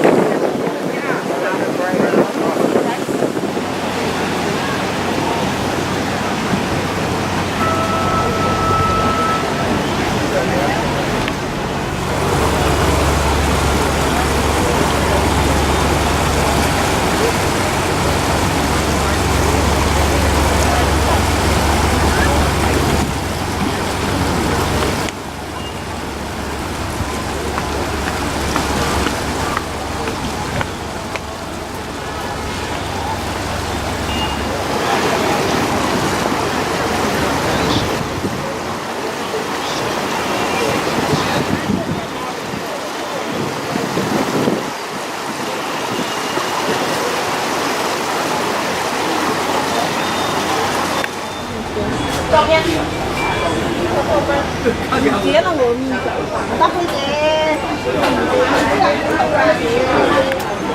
们照片效果你可以看上一看。这边是照片效果，你可以。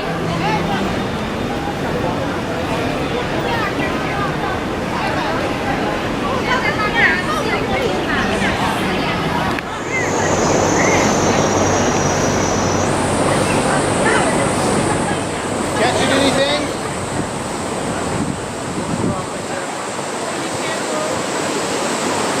Coming. Left side.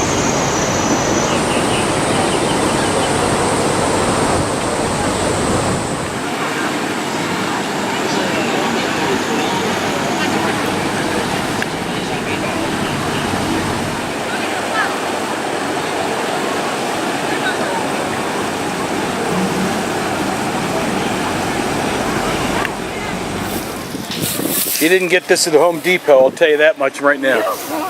She does not want to be filmed. You're doing a good job. Oh, God. God. 来看，来看，来看。真没有拍啤酒喝，跟他们小大爷那些，超级没有喝。 How are you? 难看死了。 First time I went to China, I did the same thing. 不好看。Hi. Hi. Where y'all from? Springfield, Missouri. Oh boy, I'm from Southern Iowa. Southern Iowa. Good to see you folks. Sorry about the Royals, although they're starting to play better baseball. They never do. Well, they did one year. Yeah, 1 year. I don't know what this guy is doing, but he's doing some kind of prayer or meditation. I'm just not sure, and I'm not going to ask him.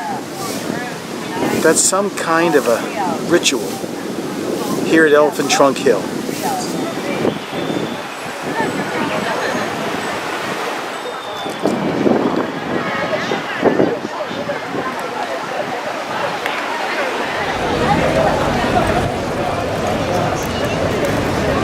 This is China. This is China. 我们不会说英语。 You're a wonderful woman. God loves you. God, He loves you. 谢谢你了， God is so fond of you, you have no idea. 我会说英语。 God bless you, woman. 我们读书的时候不用心， God bless you. 我现在要做就把苦力了。 However you perceive him or her to be. 在英语上讲。 Our hotel in the Sheraton in Guilin. And this is a cute little place. I'm loving it.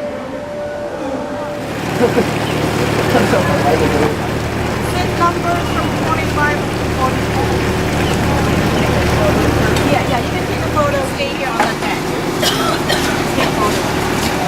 Numbers from 45 to 44. It's amazing considering I'm on this group. 房子好美的，你房子再好美的，你归宿的地方就没有。找工作也难找。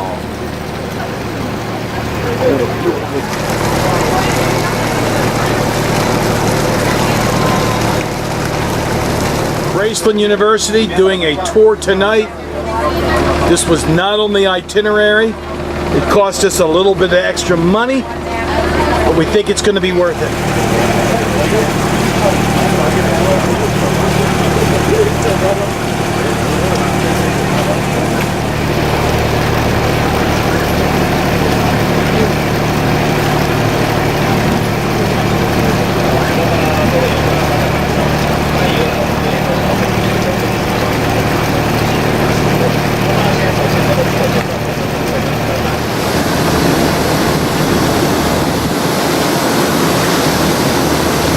时间啊，有需要拍今天照片啊，领钥匙扣的啊，这个门。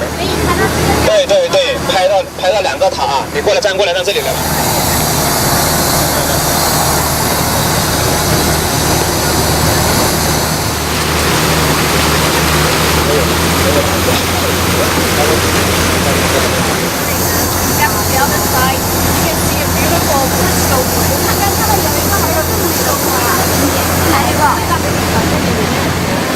我刚刚说的是宋城古龙附近还没到，不过可以再飞一点的话，这个是去穿越的。 Turn around, crystal glass. That's the crystal bridge made of crystal glass.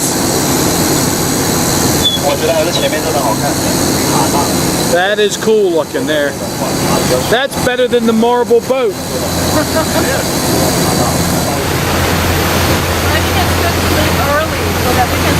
Yes, the contrast.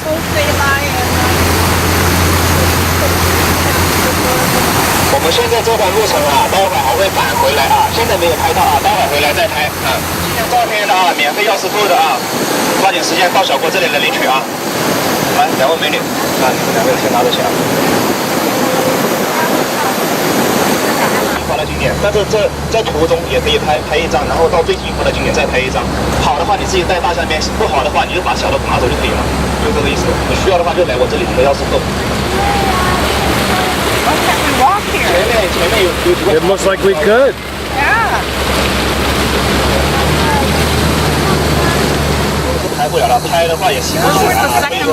Everybody duck! Everybody duck!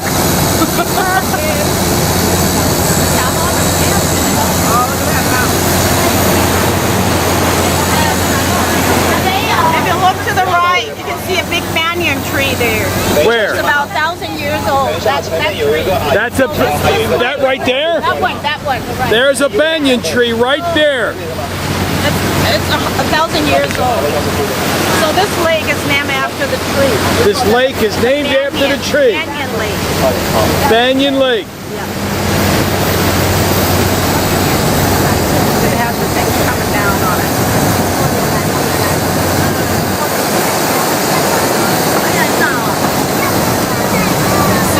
That's beautiful. It's a copy of the chain bridge from Budapest. Okay. Only half of it, not the whole bridge. Okay.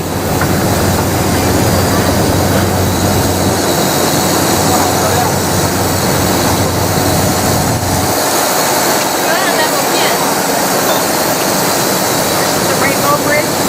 The chain bridge from Budapest. Yeah. And then in a moment, you can see the mini Golden Gate. A mini Golden Gate. In the distance. After this. Oh, what's this? This is chain bridge. Chain bridge. This is chain bridge. Yeah, from Budapest. From Budapest. 这个外国朋友啊，看着就比较熟悉了啊，这个景点啊，这个桥。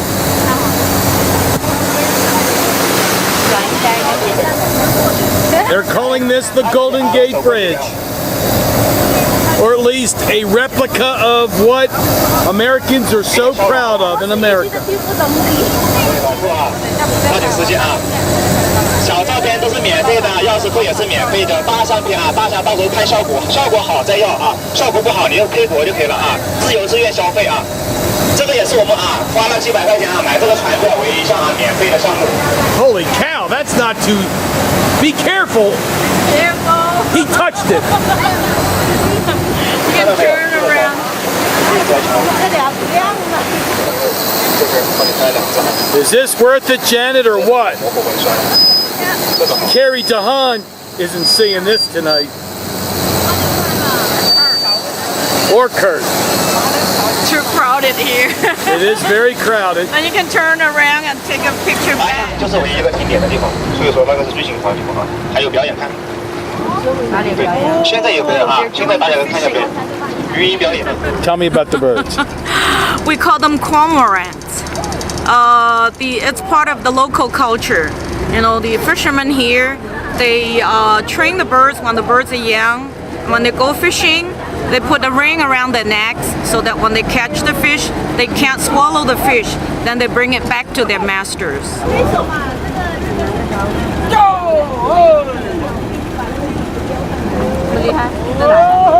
This is worth the $40 right here.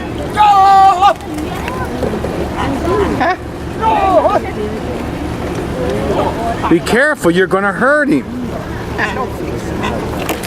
Look, he's got it by the neck. Oh, the ring goes around, and then he'll send it down. Look at that! Same kind, but it's got a white feather. Oh, look. He's telling it to get down there and get something.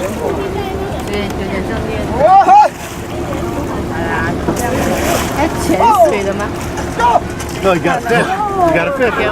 Yeah, yeah. He's got one? Yeah, he's got one in his gullet. That's a good time. Yeah, it's a good size fish. Look at it. See it? Did you catch one fish? Yeah, he caught a fish. See how his throat is? Where did he put the fish? Where did he put the fish? It's in the neck. It's in the neck. He'll make it he'll make it spit it out. Yeah. Right? Into the bucket.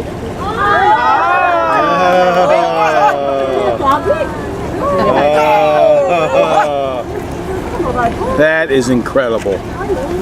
Boy, you don't see that in Iowa. Oh my God.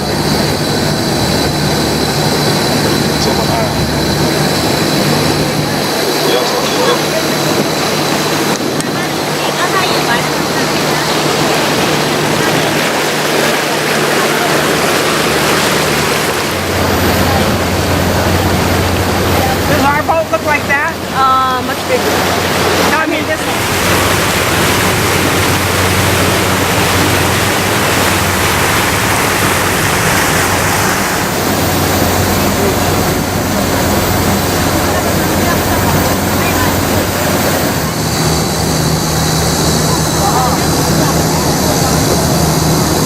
Oh, that one is real. Like a live oak. Could be. I haven't traveled Italy that much. Imagine now you're inside a cave, you see the stalactite and stalagmite. Yes. Wow. The underneath of these bridges are amazing.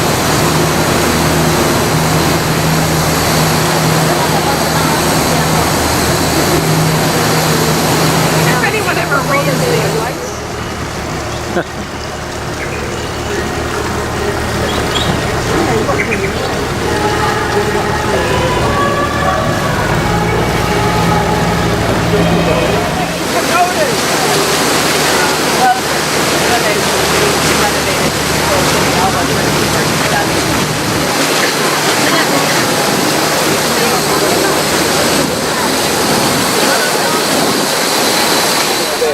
On stage, dancers. Beautiful. Lots of different colors.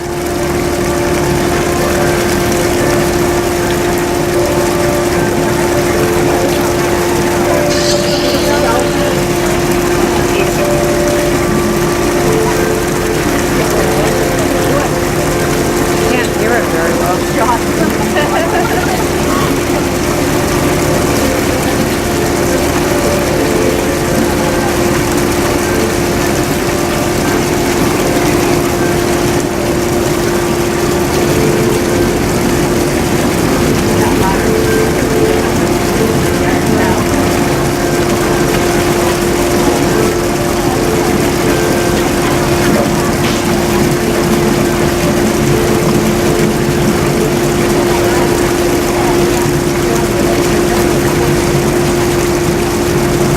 Know the symbolism. He is pretending to hit the drum.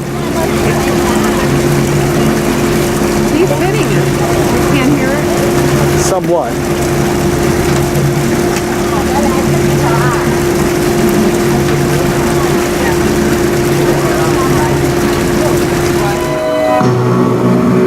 It just started.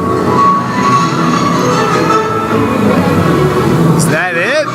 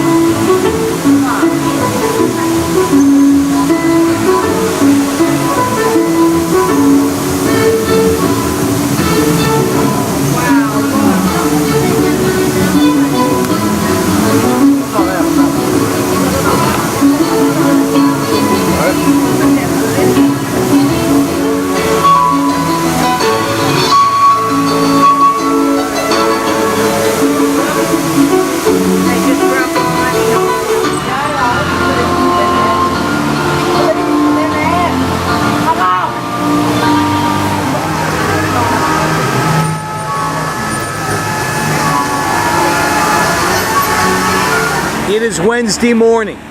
We are now taking the Lee River cruise, 3.5 to 4 hours, down the Lee River. Here's the stairway leading down to the boarding.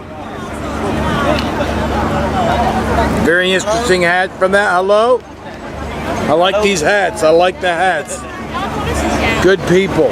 Eileen and Harry. Yeah, we forgot our hats. There's Janet and Bill. Going to the USS Minnow. Our accommodations inside the fabulous Queen Elizabeth. This is our living quarters for the next 3.5 hours. The Lee River. I've looked forward to this more than anything on the trip. I love the water. I love the landscape. We should see a lot of it today.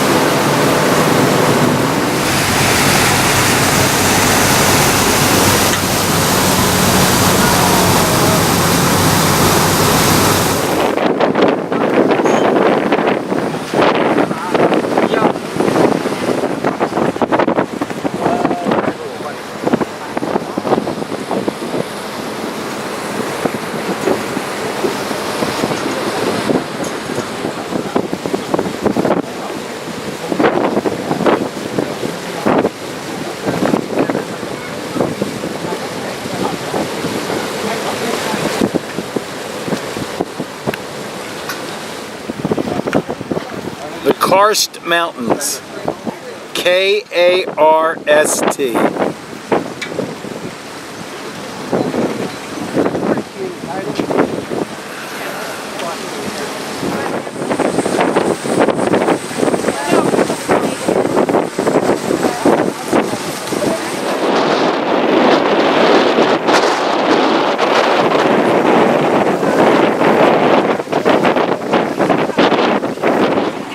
Women are scheming, talking about the bathroom facilities in China.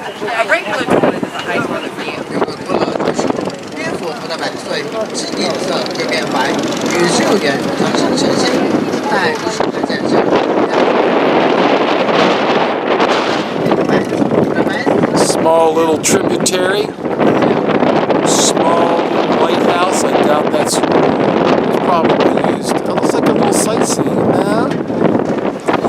Now they say that in the last couple of days they've had a lot of rain, so this water is not as clear as it usually is. Still looks very inviting to me.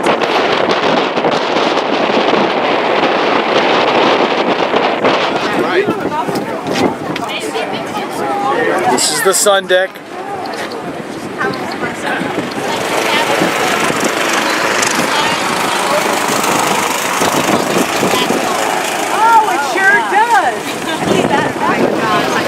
So the alleged bat formation. I only ride a bike on the bike trail. There's no traffic in between little hills.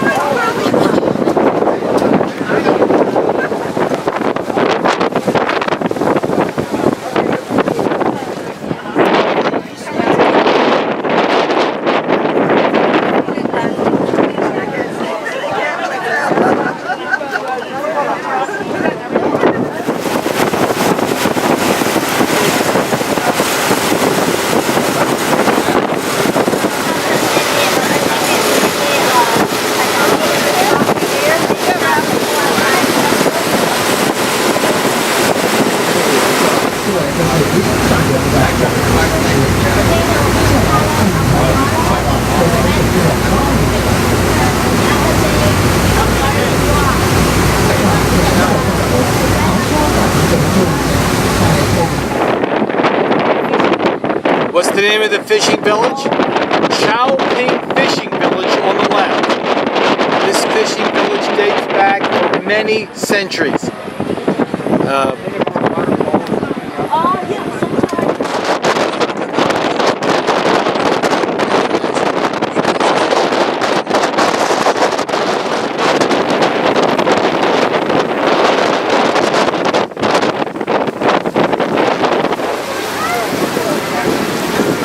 So where are you all from?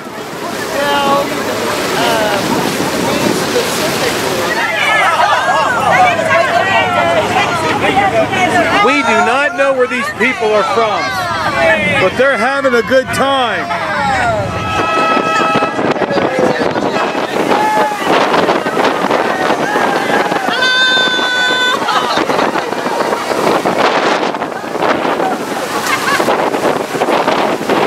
A mirror image of ourselves. Now you're biking, correct?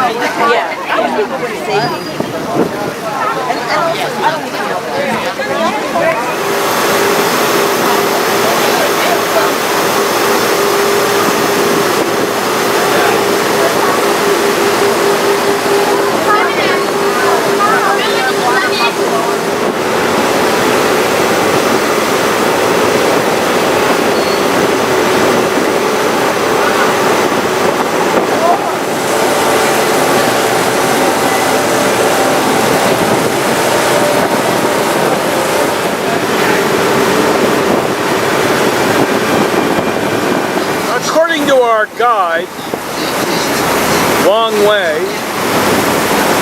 no relation to the word wrong way, we are heading into the middle section of the incredible Lee River Cruise. She says that this is the most beautiful section.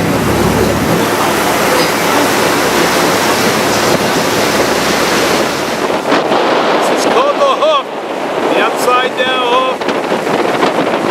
I don't know. I think this is all propaganda, ladies and gentlemen.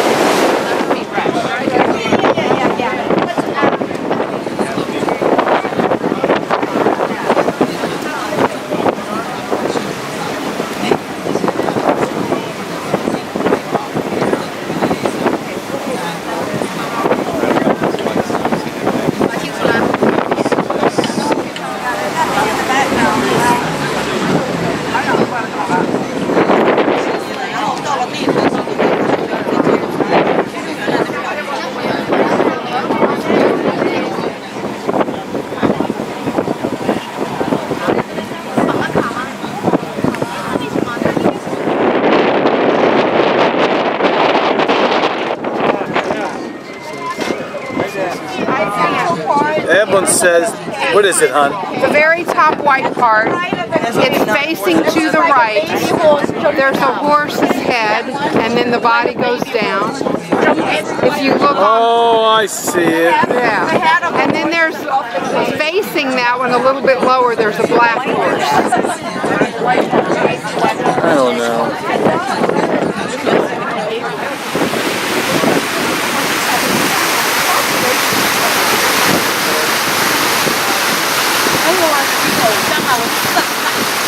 Of course, those are the folks that you meet across your life who talk about finding God in nature.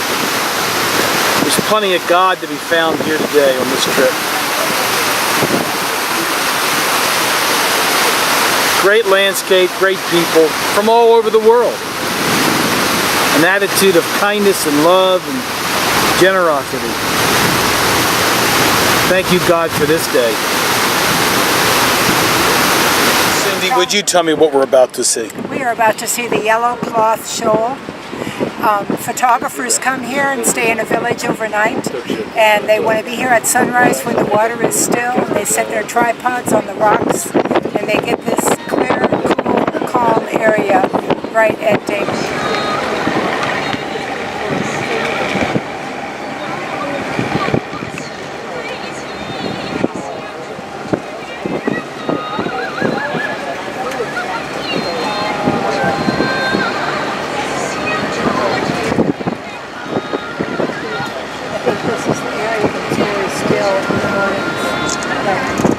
Would you please hold up the $20 yuan and tell me what you're talking about?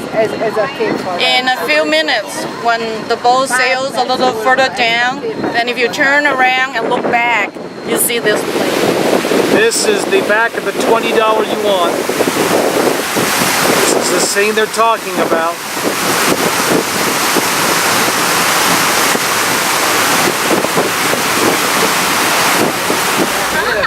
Something called a zong, made with a glutinous rice. Okay, it's very sweet and sticky, so that's something favorite in China. Do you like it? I like it very much. Have given me one of these. It's as heavy as a brick.